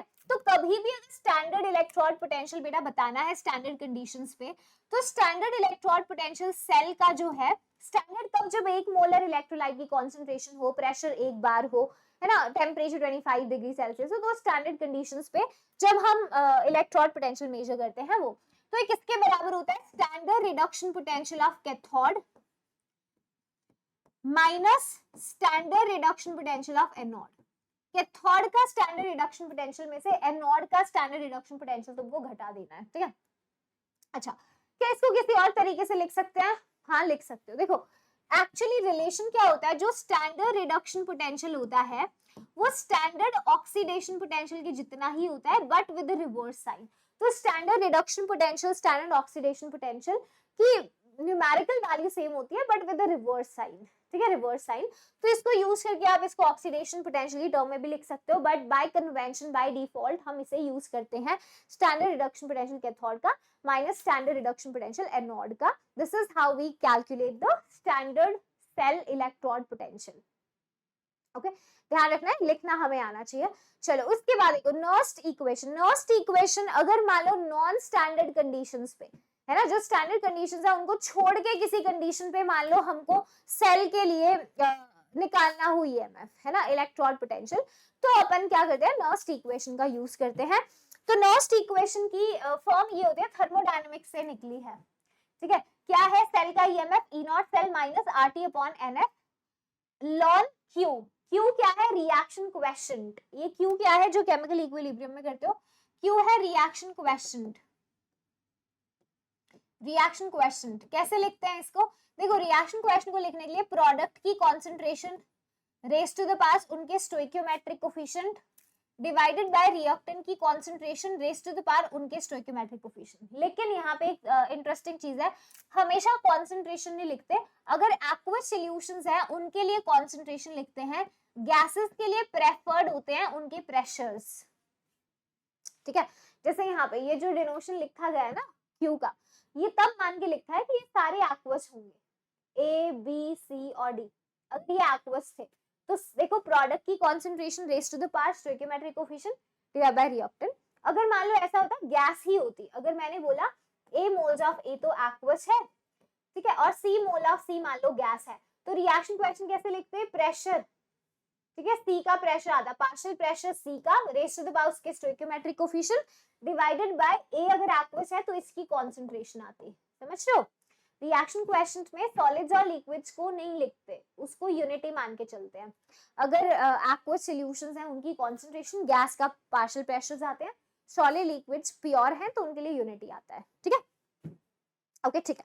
चलो, ये तो है आपकी जनरल फॉर्म है ना, जो किसी भी टेम्परेचर के ऊपर आप यूज करोगे। तो सेल का ईएमएफ किसी भी टेम्परेचर पे कैसे निकलेगा? E not cell minus R T upon n F ln reaction question.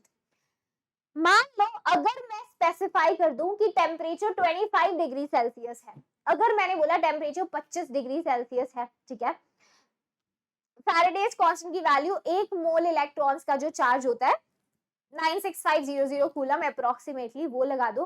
Temperature बता दिया, आर गैस कांस्टेंट है, ये सारे कांस्टेंट्स हैं, इनकी वैल्यू अगर मैं सब्स्टिट्यूट कर दूं, आर टी अपॉन एफ की वैल्यू अगर मैं सब्स्टिट्यूट कर दूं, अगर आर टी अपॉन एफ की वैल्यू मैं सब्स्टिट्यूट कर दूं, तो इसको मैं देखो एक दूसरी शॉर्टकट फॉर्म में हम यूज करते हैं।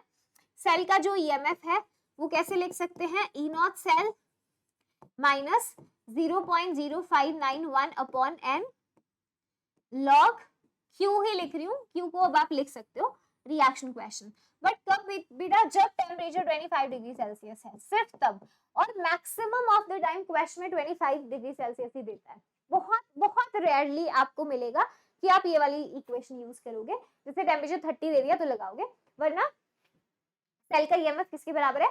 E not cell minus 0.0591 upon n into log Q. ठीक है, अच्छा, यहाँ पे ये कैसे मैम आपने लिख दिया लॉग? अरे कोई बात नहीं, ये पता कब आता है? सुनो, एक और चीज देख लो, यहीं पे बता रही हूँ, घबराना मत। लॉन एक्स को हम कैसे लिख सकते हैं? 2.303 लॉग एक्स। ये मत सोचना मैम लॉन का लॉग कैसे कर दिया, भाई ऐसे किया है, इसको तो यूज कर सकते हो, मैथ्स के बच्चे हो। लॉन को 2.303 लॉग एक्स, एक्स भी लिखा है, दिख नहीं रहा है ना उधर का?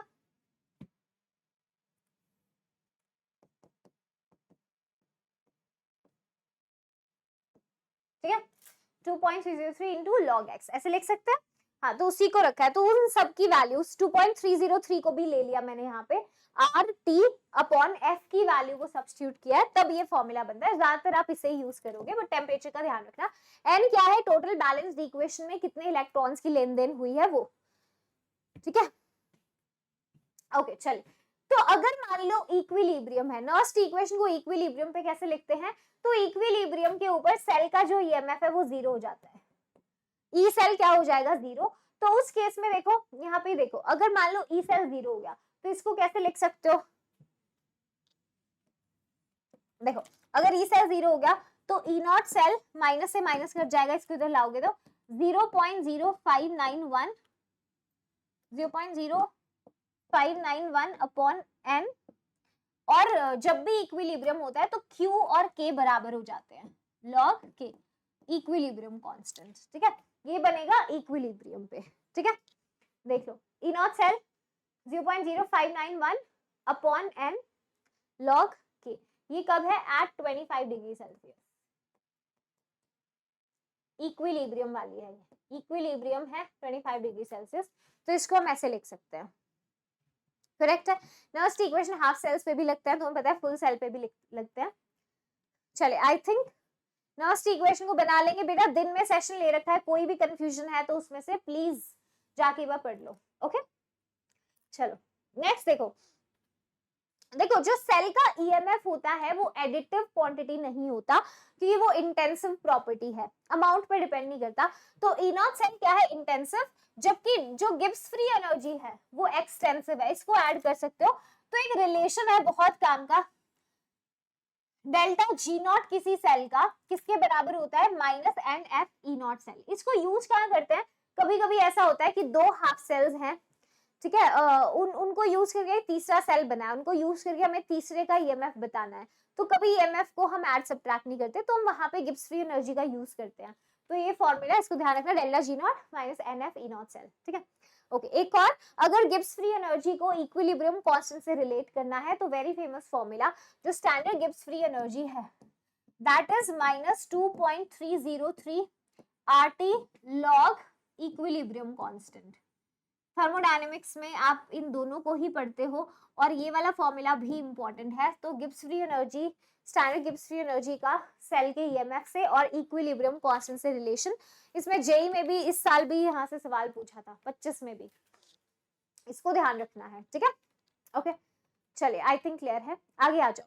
तो ये आपका था नर्स्ट इक्वेशन वाला टॉपिक। नेक्स्ट पार्ट के फॉर्मूलाज में we will be doing the electrolytic conductance. तो यहाँ पे देखो इलेक्ट्रोलाइटिक कंडक्टेंस से भी एक सवाल आने के बहुत हाई चांसेस हैं।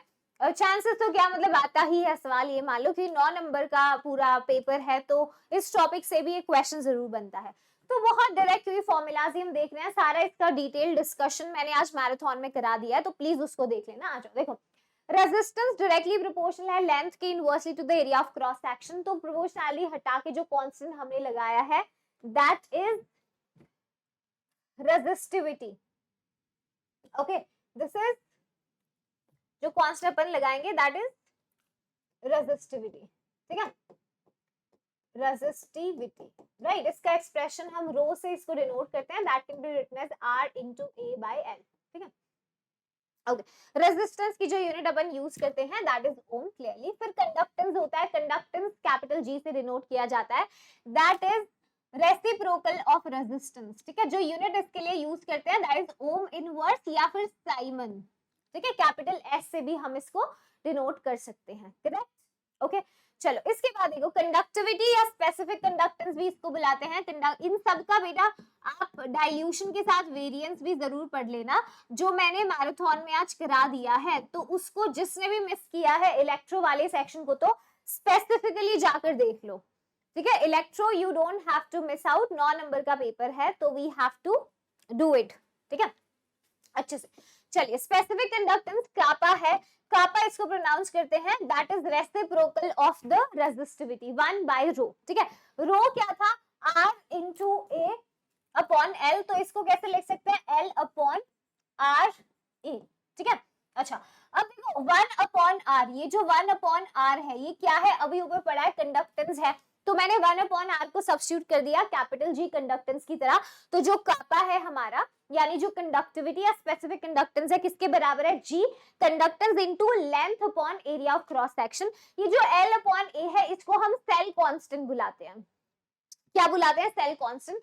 और इस फॉर्मूले का काफी ज्यादा यूज होता है, इसको भी देख लो, kappa is equal to conductance into L upon A that is the cell constant, G star से हम डिनोट करते हैं इसे।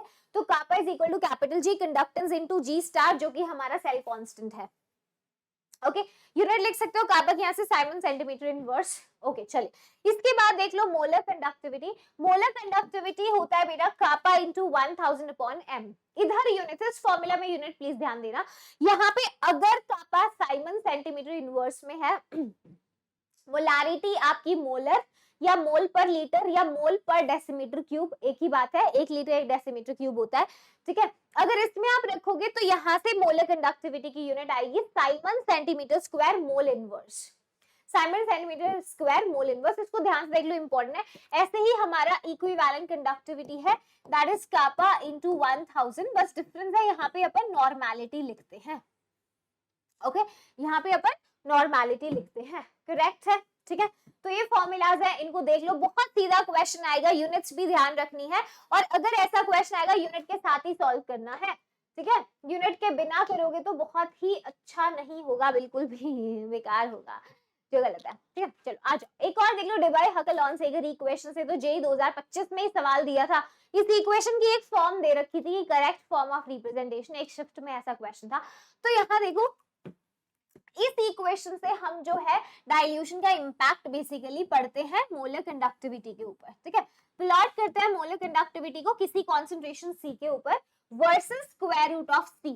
ठीक है, दो इलेक्ट्रोलाइट्स के लिए, एक स्ट्रॉन्ग और एक वीक इलेक्ट्रोलाइट के लिए। आज ही मैंने तुम्हें पढ़ाया, जब हम स्ट्रॉन्ग इलेक्ट्रोलाइट के लिए ग्राफ बनाते हैं तो कुछ ऐसा होता है, जैसे आप इस ग्राफ को कहां पढ़ोगे, राइट से लेफ्ट की तरफ पढ़ोगे। तो जैसे जैसे हम देखो कॉन्सेंट्रेशन को कम कर रहे हैं, इधर से इधर आ रहे हैं, कॉन्सेंट्रेशन कम करना यानी डाइल्यूशन बढ़ाना है ना। कॉन्सेंट्रेशन कम करना मतलब कि हम डाइल्यूशन इंक्रीज करते जा रहे हैं, राइट, वॉल्यूम हम ओवरऑल बढ़ा रहे हैं, कॉन्सेंट्रेशन सोल्यूशन की कम करते जा रहे हैं। तो देखो मोलर कंडक्टिविटी बेटा बढ़ रही है, बढ़ रही है, बढ़ रही है, किसके लिए है, एक स्ट्रॉन्ग इलेक्ट्रोलाइट के लिए। ठीक है, बढ़ती गई, बढ़ती गई, बढ़ती गई। अच्छा, अब स्ट्रॉन्ग इलेक्ट्रोलाइट का हमें पता है डिग्री ऑफ डिसोसिएशन 1 होता है। अगर हम इस ग्राफ को एक्स्ट्रापोलेट कर दें आगे पॉइंट्स, तो यहाँ पे टच करेगी वाई एक्सिस को इस पॉइंट पे, जहां पे कॉन्सेंट्रेशन 0 है। कॉन्सेंट्रेशन कभी 0 नहीं हो सकता, तो ये एक एक्स्ट्रापोलेटेड पॉइंट है।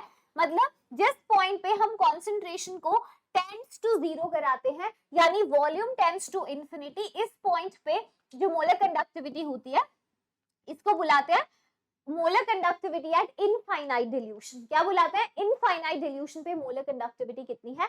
तो स्ट्रॉन्ग इलेक्ट्रोलाइट के लिए यहाँ पे ग्राफ टच करेगा, this is molar conductivity at infinite dilution, या फिर इसे लिमिटिंग मोलर कंडक्टिविटी भी बोलते हैं। जब आप कोई वीक इलेक्ट्रोलाइट लेंगे तो वीक इलेक्ट्रोलाइट के लिए ना ये ग्राफ आपको कुछ ऐसा नजर आएगा। देखो, this is for a weak electrolyte. Weak electrolyte के लिए अल्फा हमेशा 1 से छोटा होता है, कभी कंप्लीट डिसोसिएट नहीं होते। तो कॉन्सेंट्रेशन कम करो यानी डाइल्यूशन के साथ साथ अल्फा तो बढ़ता है, क्योंकि वीक इलेक्ट्रोलाइट आयंस में टूटता रहेगा। यहाँ पे इतने सारे आयंस एक्यूमुलेट हो जाएंगे कि एकदम कंडक्टिविटी बढ़ जाती है, मोलर कंडक्टिविटी। तो चाह कर भी आप इस ग्राफ को एक्स्ट्रापोलेट अगर कर भी दोगे ना, तो भी ये वाई एक्सिस से कभी टच नहीं करेगा। यानी वीक इलेक्ट्रोलाइट के लिए इस ग्राफ से, है ना, यूजिंग डेबाय-हकल-ऑन-सेगर इक्वेशन, हम लिमिटिंग मोलर कंडक्टिविटी नहीं निकाल सकते हैं इनफाइनाइट डिल्यूशन पे, किसके लिए, वीक इलेक्ट्रोलाइट के लिए। ठीक है, तो ये इक्वेशन को तुम्हें ध्यान रखना है, इंपॉर्टेंट है ये, राइट। तो इसमें जो A होता है ये कांस्टेंट होता है and it depends on nature of electrolyte. A एक कांस्टेंट है which depends on nature of electrolyte। Electrolyte कैसा है उसके नेचर पे डिपेंड करेगा। ठीक है, ओके। बाकी दिस इज मोलर कंडक्टिविटी है, कॉन्सेंट्रेशन C, ये नॉट से या इनफाइनाइट भी दिखा सकते हो। This is limiting molar conductivity, limiting molar conductivity. ठीक है, लिमिटिंग मोलर कंडक्टिविटी या molar conductivity at infinite dilution. Okay, sorted है। C कॉन्सेंट्रेशन है, ये चीज मैं पढ़ा चुकी हूँ आज दिन में भी, इसका एक रिकैप था, डेबाय-हकल भी मैंने डाल दिया इसमें। चलो अब देखो वीक इलेक्ट्रोलाइट के लिए हम लिमिटिंग मोलर कंडक्टिविटी कैसे निकाले। फॉल्ट-रॉश लॉ आए थे इसके लिए, उन्होंने बोला किसी भी वीक इलेक्ट्रोलाइट का, जैसे एसिटिक एसिड है, अगर एसिटिक एसिड के लिए मान लो लिमिटिंग मोलर कंडक्टिविटी निकालना है, तो उन्होंने बोला ग्राफ से नहीं निकाल सकते, तो आप एक काम करो, जो आयोन्स है ना इस वीक इलेक्ट्रोलाइट के, उन आयोन्स की आयनिक कंडक्टिविटीज को जोड़ दो इनफाइनाइट डिल्यूशन पे। यानी एसिटिक एसिड की लिमिटिंग मोलर कंडक्टिविटी के लिए मैं क्या करूंगी, आयनिक कंडक्टिविटी लूंगी इनफाइनाइट डिल्यूशन पे एसिटेट आयन की, ठीक है, प्लस H प्लस आयन की, इसको जोड़ दो। अब इसमें आपको अगर आप मोलर कंडक्टिविटी निकालते हो इनफाइनाइट डिल्यूशन में, तो स्टोइकियोमेट्रिक कोफिशिएंट को भी लेना पड़ता है। इसीलिए जनरल फॉर्म देखो, limiting molar conductivity infinite dilution पे, है ना, उसमें जो भी आयन्स हैं उनकी आयनिक कंडक्टिविटीज को जोड़ दो along with the stoichiometric coefficient. तो n plus n minus stoichiometric coefficient बताने की कोशिश की गई है। ठीक है, जैसे NaCl के लिए जो सोडियम आयन की लिमिटिंग आयनिक कंडक्टिविटी है वो क्लोराइड की, उसको जोड़ दो। कैल्शियम क्लोराइड में जो कैल्शियम आयन्स की है और क्लोराइड का ट्वाइस किया, क्योंकि कैल्शियम क्लोराइड कैसे टूटेगा, एक कैल्शियम 2 प्लस और 2 क्लोराइड आयन्स में, है ना, तो इसलिए 2। अच्छा, अगर तुम आयनिक, अगर यही चीज तुम मान लो, तो ये तो तुमने लिखा लिमिटिंग मोलर कंडक्टिविटी, अगर इक्विवेलेंट कंडक्टिविटी लिखना हो इनफाइनाइट डिल्यूशन पे, तो ऐसे ही लिखोगे, बस उसमें स्टोइकियोमेट्रिक कोफिशिएंट नहीं आते। ठीक है, इसके अंदर stoichiometric coefficients are not included, बाकी सेम ही रहता है। लिखना ऐसे ही है, आयोन्स की यानी कंडक्टिविटी जोड़ के, बस आपको क्या करना है, स्ट्रॉन्ग मतलब स्टोइकियोमेट्रिक कोफिशिएंट्स नहीं लिखना है इसमें, ठीक है। सॉर्टेड है। खोलरॉश लॉ, चलिए इससे क्वेश्चन आता है। अब देखो एप्लीकेशन खोलरॉश लॉ के, यहाँ से this is the numerical form, हम इसको यूज करके हम वीक इलेक्ट्रोलाइट का अल्फा डिग्री ऑफ डिसोसिएशन निकाल सकते हैं। तो किसी भी वीक इलेक्ट्रोलाइट का जो डिग्री ऑफ डिसोसिएशन है अल्फा, कैसे निकल सकता है, उसकी मोलर कंडक्टिविटी कॉन्सेंट्रेशन सी पे divided by molar conductivity infinite dilution पे, ठीक है।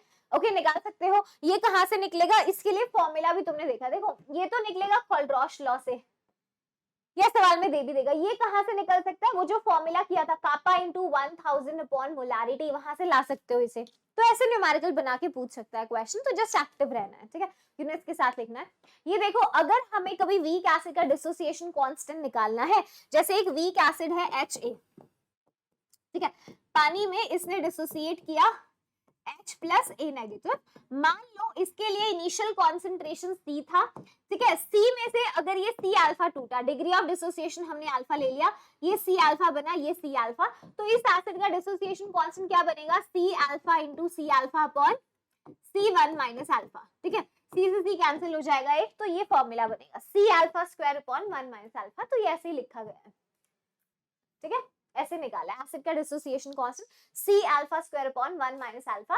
अच्छा, अल्फा कहां से निकलेगा, यहां से। तो एक लेंथी न्यूमेरिकल बना देता है एग्जाम में, जिसमें वो तुम्हें क्या बोलता है कि इस वीक एसिड का डिसोसिएशन कांस्टेंट निकालो, तो पहले अल्फा निकलवाएगा, कंसंट्रेशन दे देगा, अल्फा यहां से निकलवाएगा, इसको दे देगा, डिनोमिनेटर को दे देगा, ये निकलवाएगा, इसके लिए कापा दे देगा, या हो सकता है कापा ना देके रो दे दे, तो उसका रेसिप्रोकल करके कापा निकाल लेंगे, है ना। तो एक ऐसा क्वेश्चन बनाया जा सकता है। तो इसीलिए इलेक्ट्रोलाइटिक कंडक्टेंस को बेटा ध्यान से तुम्हें ना देख के जाना है कि एसपी भी इंट्रोड्यूस कर सकते हैं हम इसमें, सॉल्युबिलिटी प्रोडक्ट को भी, बट बोर्ड एग्जाम के लिए इतना ही पूछा जाता है। सॉर्टेड है, ओके, आ जाओ, चलो नेक्स्ट देखो, फैराडे के लॉ, बस ये दो फॉर्मूले लास्ट है, इसके बाद इलेक्ट्रोकेमिस्ट्री के फॉर्मूलेस खत्म हो जाएंगे, then we will see chemical kinetics, उसमें तो बहुत ही कम है, ठीक है, बहुत ज्यादा नहीं है काइनेटिक्स के। चलो, फैराडेज लॉ क्या कहता है, फैराडे के दो ही लॉज हैं जो हमें करने हैं। पहला लॉ क्या कहता है कि भाई कभी भी, है ना, हम जब इलेक्ट्रोलिसिस कर रहे हैं तो अमाउंट ऑफ सब्सटेंस जो डिपॉजिट होएगा, ठीक है, इलेक्ट्रोड पे, वो किसके डायरेक्टली प्रोपोर्शनल होता है, आपने कितना चार्ज पास किया होगा उससे, उसके, ठीक है, बहुत सिंपल सी चीज है। तो amount of substance deposited at an electrode is directly proportional to the, हमने कितना उसमें चार्ज दिया हुआ है ना, amount of charge pass through it. अब चार्ज को कैसे लिख सकते हैं, करंट इनटू टाइम, है ना, चार्ज Q को लिख सकते हैं करंट इनटू टाइम।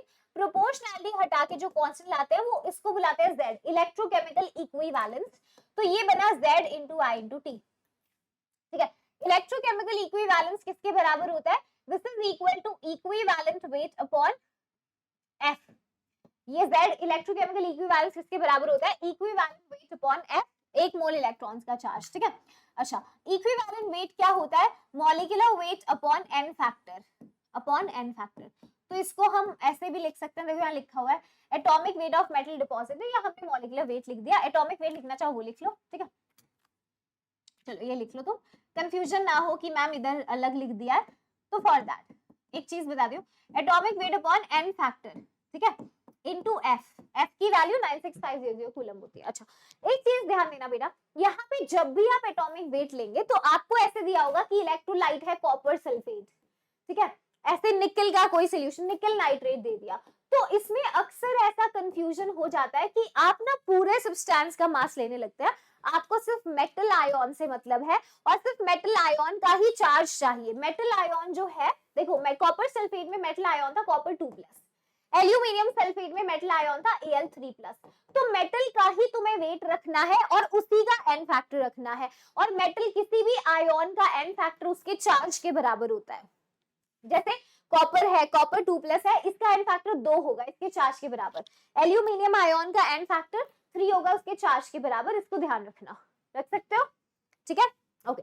चलो और सब्स्टिट्यूशन करते हैं, इसी फॉर्मूला में Z की वैल्यू रख देते हैं, W is equal to Z जो है atomic weight upon n factor into IT को मैं वापस Q ही लिख रही हूँ, Q अपॉन F लिख सकते हैं ऐसे। चलो अब देखना जरा एटॉमिक वेट या वेट को कैसे लिख सकते हैं बोलो, तुम्हें पता है नंबर ऑफ मोल्स होता है मास अपॉन मोलर मास, है ना, तो इसमें हम इसको और आगे भी लिख सकते हैं, बोलो सब्स्टिट्यूट कर सकते हैं वेट को mass upon number of moles, ठीक है, ऐसे भी लिख के सब्स्टिट्यूट कर सकते हो। तो आप यहाँ पे नंबर ऑफ मोल्स की टर्म में भी इंट्रोडक्शन कर सकते हो, देखो जैसे mass upon W upon atomic weight या मॉलिक्यूलर वेट जो भी है इसका, जिस टर्म्स में भी आप लिख रहे हो,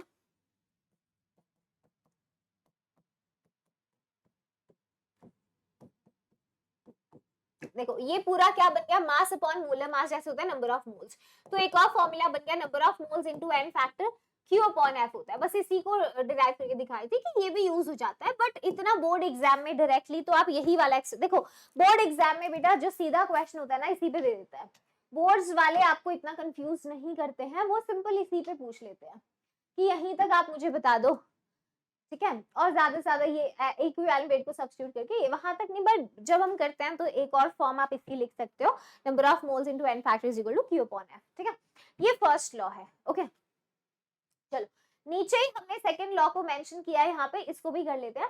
सेकंड लॉ क्या कहता है, सेकंड लॉ ये बोलता है कि अगर आप अलग अलग इलेक्ट्रोलाइटिक सॉल्यूशंस ले लो, ठीक है, जैसे अलग अलग सॉल्यूशंस हमने कॉपर सल्फेट निकल नाइट्रेट ले लिया, सिल्वर का कुछ ले लिया सॉल्यूशन, ठीक है, तो अगर हम अलग अलग इलेक्ट्रोलाइटिक सॉल्यूशंस को सीरीज में कनेक्ट करें, कैसे सीरीज में कनेक्ट करें और सेम अमाउंट ऑफ चार्ज पास करें, उनको हम सेम ही चार्ज दें सीरीज में कनेक्ट करके, तो जो उनका मतलब मेटल जो डिपॉजिट होता है उस मेटल का वेट डायरेक्टली प्रोपोर्शनल होता है उसके इक्विवेलेंट वेट के।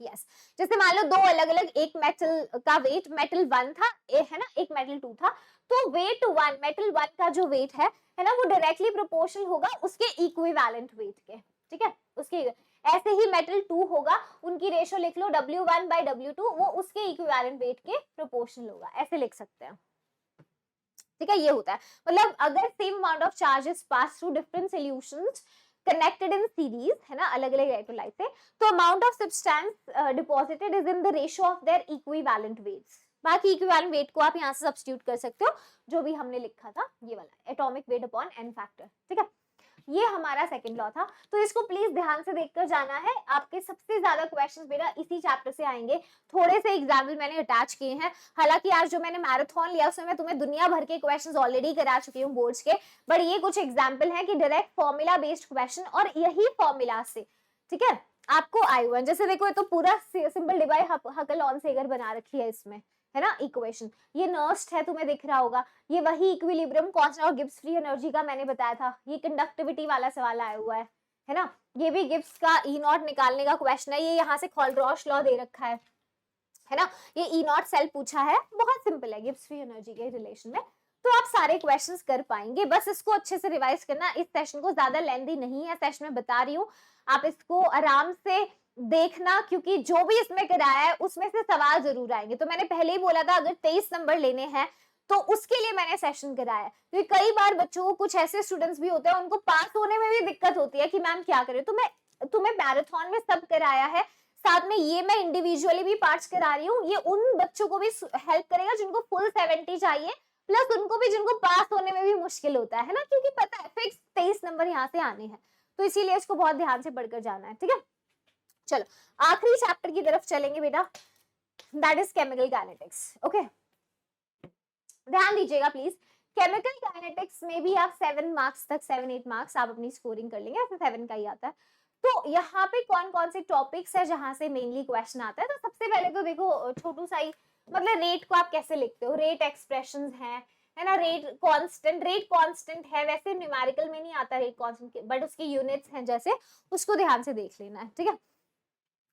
चलो उसके बाद मेन आपकी जो होती है that is nth order kinetics, nth में भी 0 और फर्स्ट ऑर्डर, 0 और फर्स्ट तो इतनी इंपॉर्टेंट है कि मैं क्या ही बताऊं, फर्स्ट ऑर्डर काइनेटिक्स बेटा गारंटी से सवाल आएगा, फर्स्ट ऑर्डर काइनेटिक्स से सवाल आए उसके बिना पेपर नहीं बन सकता, ठीक है, तो ध्यान से करके जाना है।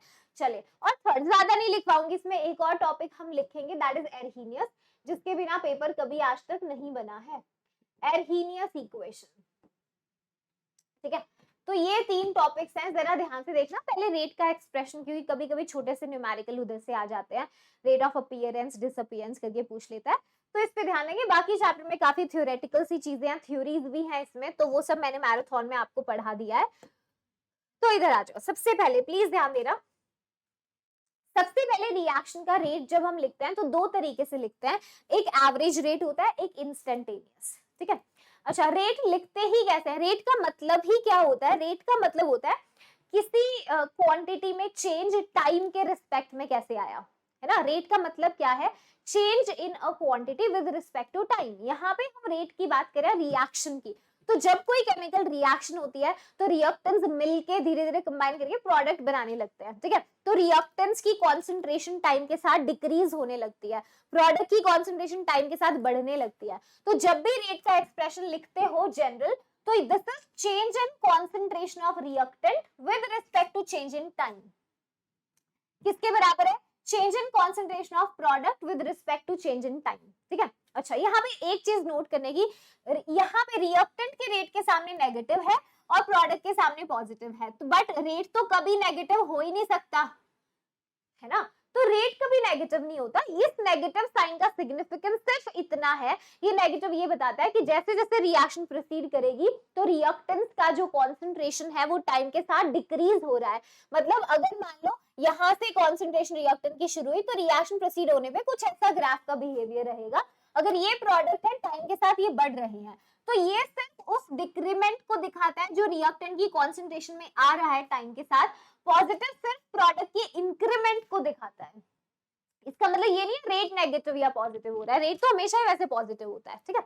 चलो, तो ये जनरल रेट का रिप्रेजेंटेशन है। रेट को दो तरीके से लिखा जा सकता है, एवरेज रेट और इंस्टेंटेनियस रेट। जो एवरेज रेट होता है बेटा, इसमें हम चेंज, एक एप्रिशिएबल चेंज बताते हैं, change in reactant concentration with respect to change in time, delta इसमें लिखा जाता है। इंस्टेंटेनियस रेट में डेल्टा की जगह डी डिफरेंशियल फॉर्म आती है। डिफरेंशियल फर्क कितना? डेल्टा एक थोड़े सिग्निफिकेंट चेंज को बताता है, डी एक बहुत स्मॉल चेंज को बताता है ना, बहुत स्मॉल चेंज को बताता है। तो बस ये है, ज्यादा वैसे हम इंस्टेंटेनियस को काफी यूज करते हैं, ठीक है। ओके, चलिए। अच्छा, एक चीज पे प्लीज ध्यान देना, क्वेश्चन में कभी कभी पूछता है rate of appearance and rate of disappearance. जैसे मान लो एक रिएक्शन थी, इसी रिएक्शन को ले लो, रिएक्टेंट, चलो हम लिख लेते हैं, A plus B 2A plus 3B is giving 3 moles of product, let's say। एक इक्वेशन है, ठीक है। मैंने इस इक्वेशन का रेट लिखा, तो रेट कैसे लिखते हैं प्लीज ध्यान देना। रेट मैं डिफरेंशियल फॉर्म में लिख रही हूँ, minus change in concentration of A with respect to change in time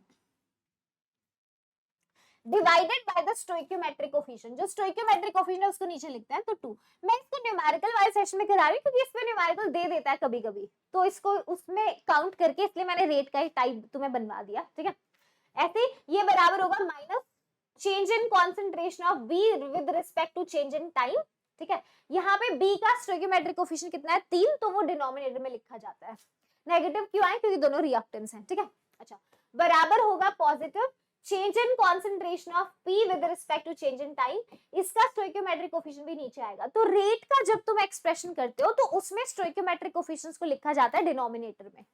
अगर मान लो इसी इक्वेशन में हमसे पूछा जाए कि बताओ rate of disappearance of B कितना है, हमसे पूछता अगर rate of disappearance of B, तो B का बेटा रेट डिसअपीयरेंस, किस गति से वो डिसअपीयर हो रहा है, तो किसके बराबर होता, मतलब हमें निकालना है माइनस dV अपॉन dt। इसमें स्टोइकियोमेट्रिक कोएफिशिएंट नहीं लेते। जब कभी रेट ऑफ अपीयरेंस या डिसअपीयरेंस पूछे, ऐसे ही रेट ऑफ अपीयरेंस पूछ सकता था कि रेट ऑफ अपीयरेंस को फॉर्मेशन भी बोल सकता है, rate of formation, appearance of formation भी बोल सकता है, और इसको डीकॉम्पोजिशन भी बोल सकता है। Rate of appearance of formation of P, वो इसका मतलब वो पूछ रहा है प्लस dP अपॉन dt। ये चीज ध्यान रखोगे, मतलब जब ये चीजें पूछता है ना, इनमें स्टोइकियोमेट्रिक कोएफिशिएंट्स नहीं लेते। Stoichiometric coefficients are not included, rate में स्टोइकियोमेट्रिक कोएफिशिएंट इज इंक्लूडेड, ये आता है, ठीक है। स्टोइकियोमेट्रिक कोएफिशिएंट इंक्लूडेड, उसमें नहीं आता। ओके, छोटी सी चीज है, कभी न्यूमेरिकल बनाए तो इसको हम थोड़ा ध्यान रखेंगे, करेक्ट है। ओके, चलो आगे आ जाओ। अब देखो order of reaction, order of reaction क्या होता है, मैं आज दिन के तुम्हें मैराथन में ऑलरेडी वो करा चुकी हूँ, के की यूनिट्स बेटा, उसको उसी सेशन से देख लो, क्योंकि न्यूमेरिकल वाला है, इसको उसी तक हम सीमित करेंगे, बहुत बड़ा सेशन मैं नहीं बना सकती इसे, तो मैराथन लेके तुम्हारा टाइम उसमें जा चुका है ऑलरेडी, है ना। तो ये सेशन बस आज फुली पैक कर दो फिजिकल को, कि बिल्कुल भी कल जब अगला सब्जेक्ट करो, मतलब इनऑर्गेनिक ऑर्गेनिक, तो ऐसे ना हो कि मैम फिजिकल नहीं किया, उसमें कॉन्फिडेंस आना चाहिए कि 23 नंबर तो कर लिया, अब ऑर्गेनिक के 33 नंबर करेंगे कल, है ना, ऐसा कॉन्फिडेंस रख कर आना है। ओके, अच्छा देखो, ऑर्डर ऑफ रिएक्शन, कोई भी जनरल रिएक्शन होता है उसके रेट के एक्सप्रेशन को हम कैसे लिखते हैं, रेट लॉ के हिसाब से रेट लिखा जाएगा, जैसे इस रिएक्शन का rate constant concentration of A raise to the power stoichiometric coefficient, नहीं, वो लॉ ऑफ मास एक्शन कहता है। रेट लॉ कहता है किसी भी रिएक्शन में रेट लिखते हैं तो rate constant concentration of reactants और product raise to the power of a number that may or may not be equal to a stoichiometric coefficient। तो किसके बराबर होगा, ए की concentration raised to the power x, b की concentration raised to the power y, x और y experimentally निकाले जाएंगे, हमको नहीं पता ये कितनी वैल्यू होगी, है ना, और इसी को बोलते हैं ऑर्डर ऑफ रिएक्शन। x है ऑर्डर a के रिस्पेक्ट में और y है ऑर्डर b के रिस्पेक्ट में, x और y को जब जोड़ते हैं तो ये ओवरऑल ऑर्डर होता है रिएक्शन का, this is overall order of reaction, ठीक है। तो अगर जीरो ऑर्डर है, हमारे सिलेबस में जीरो और फर्स्ट ऑर्डर ही है, सेकंड ऑर्डर नहीं है, तो उसे ही देखना है, उन्हीं के फॉर्मूलाज हमको देखना है, तो एक बार देख लो इसको, प्लीज ध्यान देना। तो जीरो ऑर्डर रिएक्शन अगर है तो बेटा जीरो ऑर्डर रिएक्शन का जो एक्सप्रेशन निकल कर आता है, एक बार ये देख लो, देखो जीरो ऑर्डर रिएक्शन का rate differential minus D upon D T, अगर किस रिएक्शन के मान लो ए से प्रोडक्ट बना, उसके लिए मैंने लिखा rate minus D upon D T बराबर होगा, और हम रेट लॉ के हिसाब से रेट कैसे लिख सकते हैं, रेट कांस्टेंट टू ए की concentration raise to the power zero, अब ऑर्डर ही जीरो है तो ये तो 1 हो गया, तो ये रेट कांस्टेंट के बराबर है। तो जब हम इसको सॉल्व करते हैं इंटीग्रेटेड रेट इक्वेशन, तो हमें जो रेट कांस्टेंट की वैल्यू मिलती है that is R naught minus R upon T. ये आर नॉट क्या है, आर नॉट या ए नॉट, हमने आज दिन में इसे किया था, ये जो आर नॉट या ए नॉट है that is initial concentration of reactant, initial concentration of reactant, ठीक है, ओके। और आर क्या है, reactant concentration at time T, time T पे बची हुई अमाउंट कितनी है, ठीक है। तो ए नॉट माइनस ए, ये जो आर ए नॉट या आर नॉट क्या है, इनिशियल कॉन्सेंट्रेशन है रिएक्टेंट की, माइनस आर क्या है, जो बची हुई अमाउंट है रिएक्टेंट की वो, ठीक है। कि जब हमारी रिएक्शन, जैसे मान लो ए ने बी बनाया तो इनिशियल अमाउंट मान लो ए नॉट थी, ठीक है, अब ए नॉट में से कुछ एक्स मान लो टूट के प्रोडक्ट बन चुका, तो जो बची हुई अमाउंट है ये है ना, लेफ्ट ओवर अमाउंट है, ओके। तो इसको रीअरेंज कर सकते हैं, R naught minus R is equal to k t, और इसको लिख सकते हैं आगे, ठीक है। अच्छा, हाफ लाइफ कौन सा है, हाफ लाइफ कैसे लिखेंगे जीरो ऑर्डर रिएक्शन का, हाफ लाइफ वो टाइम है जब आपकी जो 50% रिएक्टेंट्स है वो कंज्यूम हो चुके, तो वो टाइम पीरियड जो 50% रिएक्टेंट्स हमारे कंज्यूम हो चुके हैं बेटा, that is T half, half life period है ना, half time of the reaction. तो हाफ टाइम पे क्या होगा, जो आर नॉट था ये तो इनिशियल कॉन्सेंट्रेशन थी, ठीक है, तो जो बची हुई अमाउंट है ना, जो बची हुई अमाउंट है टाइम टी पे, जब वो इनिशियल की आधी हो जाए, तो ये जो हमारा एक्सप्रेशन आया था इसमें देखो आर नॉट माइनस आर, तो इसमें आर को आप आर नॉट अपॉन 2 सब्स्टिट्यूट करोगे तो आर नॉट अपॉन 2 के आएगा टी हाफ, ठीक है। एक्सप्रेशन फॉर्मूला देख के पता चलता है जीरो ऑर्डर रिएक्शन का जो हाफ लाइफ पीरियड है वो इनिशियल कॉन्सेंट्रेशन ऑफ रिएक्टेंट पे डिपेंड करता है, देखो फॉर्मूला से पता चल रहा है, करता है, यस करता है, ठीक है। क्या फर्स्ट ऑर्डर के लिए करेगा, नहीं करेगा, तो वो हम आगे देखेंगे, ठीक है। चले आगे, ये फॉर्मूलेस देख लो भाई जीरो ऑर्डर के, बस खत्म हो रहा है सेशन। आ जाओ इसके बाद first order reaction, first order reaction के लिए बेटा जो रेट का हमारा एक्सप्रेशन निकलता है इंटीग्रेटेड इक्वेशन से, that is very famous, k is equal to 2.303 upon t into log of initial concentration of reactant upon concentration at time t, ठीक है। अब यहाँ पे देखो दिस इज सेम, ये वही चीज है, इनिशियल कॉन्सेंट्रेशन रिएक्टेंट की ये बची हुई अमाउंट है, इसको और कैसे लिख सकते हैं, देखो k is equal to 2.303 upon t into log of initial amount अगर ए नॉट है, बची हुई amount A naught minus x, बची हुई अमाउंट है ये, ठीक है। और इसको आप इस फॉर्म में भी लिख सकते हैं, ln amount at time T reactant की divide by initial is equal to minus K D, exponential form में भी लिख सकते हैं, ठीक है, ज्यादा यूज होता है ये। अच्छा, फर्स्ट ऑर्डर रिएक्शन की और भी फॉर्म्स होते हैं, प्रेशर की टर्म्स में, राइट, वॉल्यूम की टर्म्स में, वो मैं तुम्हें दिन के मैराथन में करा चुकी हूँ क्वेश्चंस के साथ, तो प्लीज उसको एक बार मैराथन को obviously I advise you session को जरूर देख लेना फिजिकल केमिस्ट्री का, जिसने नहीं देखा है 23 नंबर बाहर नहीं जाएंगे, that I can give you in written, ठीक है। चलो आ जाओ, फिर इसका भी हाफ लाइफ देखो, टी हाफ वही इनिशियल कॉन्सेंट्रेशन का जब आधी अमाउंट बचेगी, है ना, कॉन्सेंट्रेशन टाइम टी सब्स्टिट्यूट करेंगे तो T half first order reaction का आता है 0.693 अपॉन के। देख के पता चल रहा है T half first order reaction का इनिशियल रिएक्टेंट कॉन्सेंट्रेशन के इंडिपेंडेंट है ना। तो ग्राफ बना के दे देता है यहाँ से बेटा, इस पूरे सेक्शन के ना ग्राफ्स बहुत इंपॉर्टेंट है, तो वो ग्राफ्स का अलग सेशन तो मैंने नहीं कराया है क्योंकि तुम्हारे पास टाइम इतना नहीं है। आज जितना टाइम था फॉर्मूलाज की ज्यादा इंपॉर्टेंट क्लास थी, तो फॉर्मूलाज और मैराथन करा दिया, फिर आगे ऑर्गेनिक केमिस्ट्री, इनऑर्गेनिक और एक दिन सिर्फ क्वेश्चंस चलेंगे, तो इसीलिए ग्राफ को जो मैंने मैराथन करा है उसमें सारे ग्राफ्स करा दिए, उनको जरूर पढ़ना है। इस चैप्टर के ग्राफिकल क्वेश्चंस काफी आते हैं, खासकर एर्हीनियस इक्वेशन में भी ग्राफ डाल के पूछता है, तो कर लेना, ठीक है। तो ये हमारी फर्स्ट ऑर्डर रिएक्शन है, आई थिंक इसमें कोई दिक्कत नहीं है। ये लास्ट अपना फॉर्मूला है, दिस फॉर्मूला एर्हीनियस इक्वेशन का, जो कि बताता है रेट कांस्टेंट की डिपेंडेंस ऑन द टेम्परेचर। तो K is equal to A e rest of minus EA upon RT, ठीक है, जिसको अगर हमने लॉन लिया तो लॉन लेके we can write lon K is equal to yes lon A minus EA upon RT, ठीक है। एक तो ये फॉर्म है, ओके। अब इसको लॉग की फॉर्म में भी लिख सकते हैं, मैंने पहले ही बताया था लॉन x क्या होता है 2.303 लॉग x, है ना, तो इसको उस लॉग की फॉर्म में भी अपन लिख सकते हैं, ओके। अब एक कांस्टेंट है गिवन रिएक्शन के लिए, अब मान लो दो, अगर मैं बोलूं टेम्परेचर T1 है ना, टेम्परेचर T1 पे मैंने बोला रेट कांस्टेंट K1 है, टेम्परेचर जब T1 है तो रेट कांस्टेंट K1 है, टेम्परेचर T2 पे अगर रेट कांस्टेंट K2 है, तो उस हिसाब से बेटा दो इक्वेशंस बनती हैं जिसको सिंपलीफाई हम एक साथ कर सकते हैं यहाँ पे। तो क्वेश्चन में क्या कहता है, वो एक टेम्परेचर देगा T1 पे, रेट कांस्टेंट देगा, T2 देगा, K2 पूछ लेगा, है ना, या फिर ये सारी चीजें देके एक्टिवेशन एनर्जी पूछ लेगा, तो उसके लिए एक्सप्रेशन है log K2 upon K1 is equal to activation energy upon 2.303 R। अगर ये जूल्स में निकालना है तो इसकी जूल्स वाली ही वैल्यू रखेंगे R की, टेम्परेचर हमेशा केल्विन में होता है, T2 minus T1 upon T1 into T2, very important, very important. और यहाँ से ग्राफ्स देता है, यहाँ से भाई ग्राफ्स देता है, तो इसको मैंने कराया है तुम्हें ऑलरेडी मैराथन में, तो उसको देखना है, फॉर्मूले देख लो, फॉर्मूला यही है, इसी को रीअरेंज करके वो कोई क्वेश्चन दे सकता है, ठीक है। एर्हीनियस इक्वेशन ज्यादा यहाँ से आता है क्वेश्चन, ज्यादा क्वेश्चन यहाँ से आता है। चलो क्वेश्चन देख लो, इस चैप्टर से भी क्वेश्चंस आए हुए हैं, जो भी टॉपिक्स हमने करे हैं ऑन योर स्क्रीन। तो ये देखो, वैसे मैं बता रही हूँ कि 99% केसेस में क्वेश्चन फर्स्ट ऑर्डर से आता है।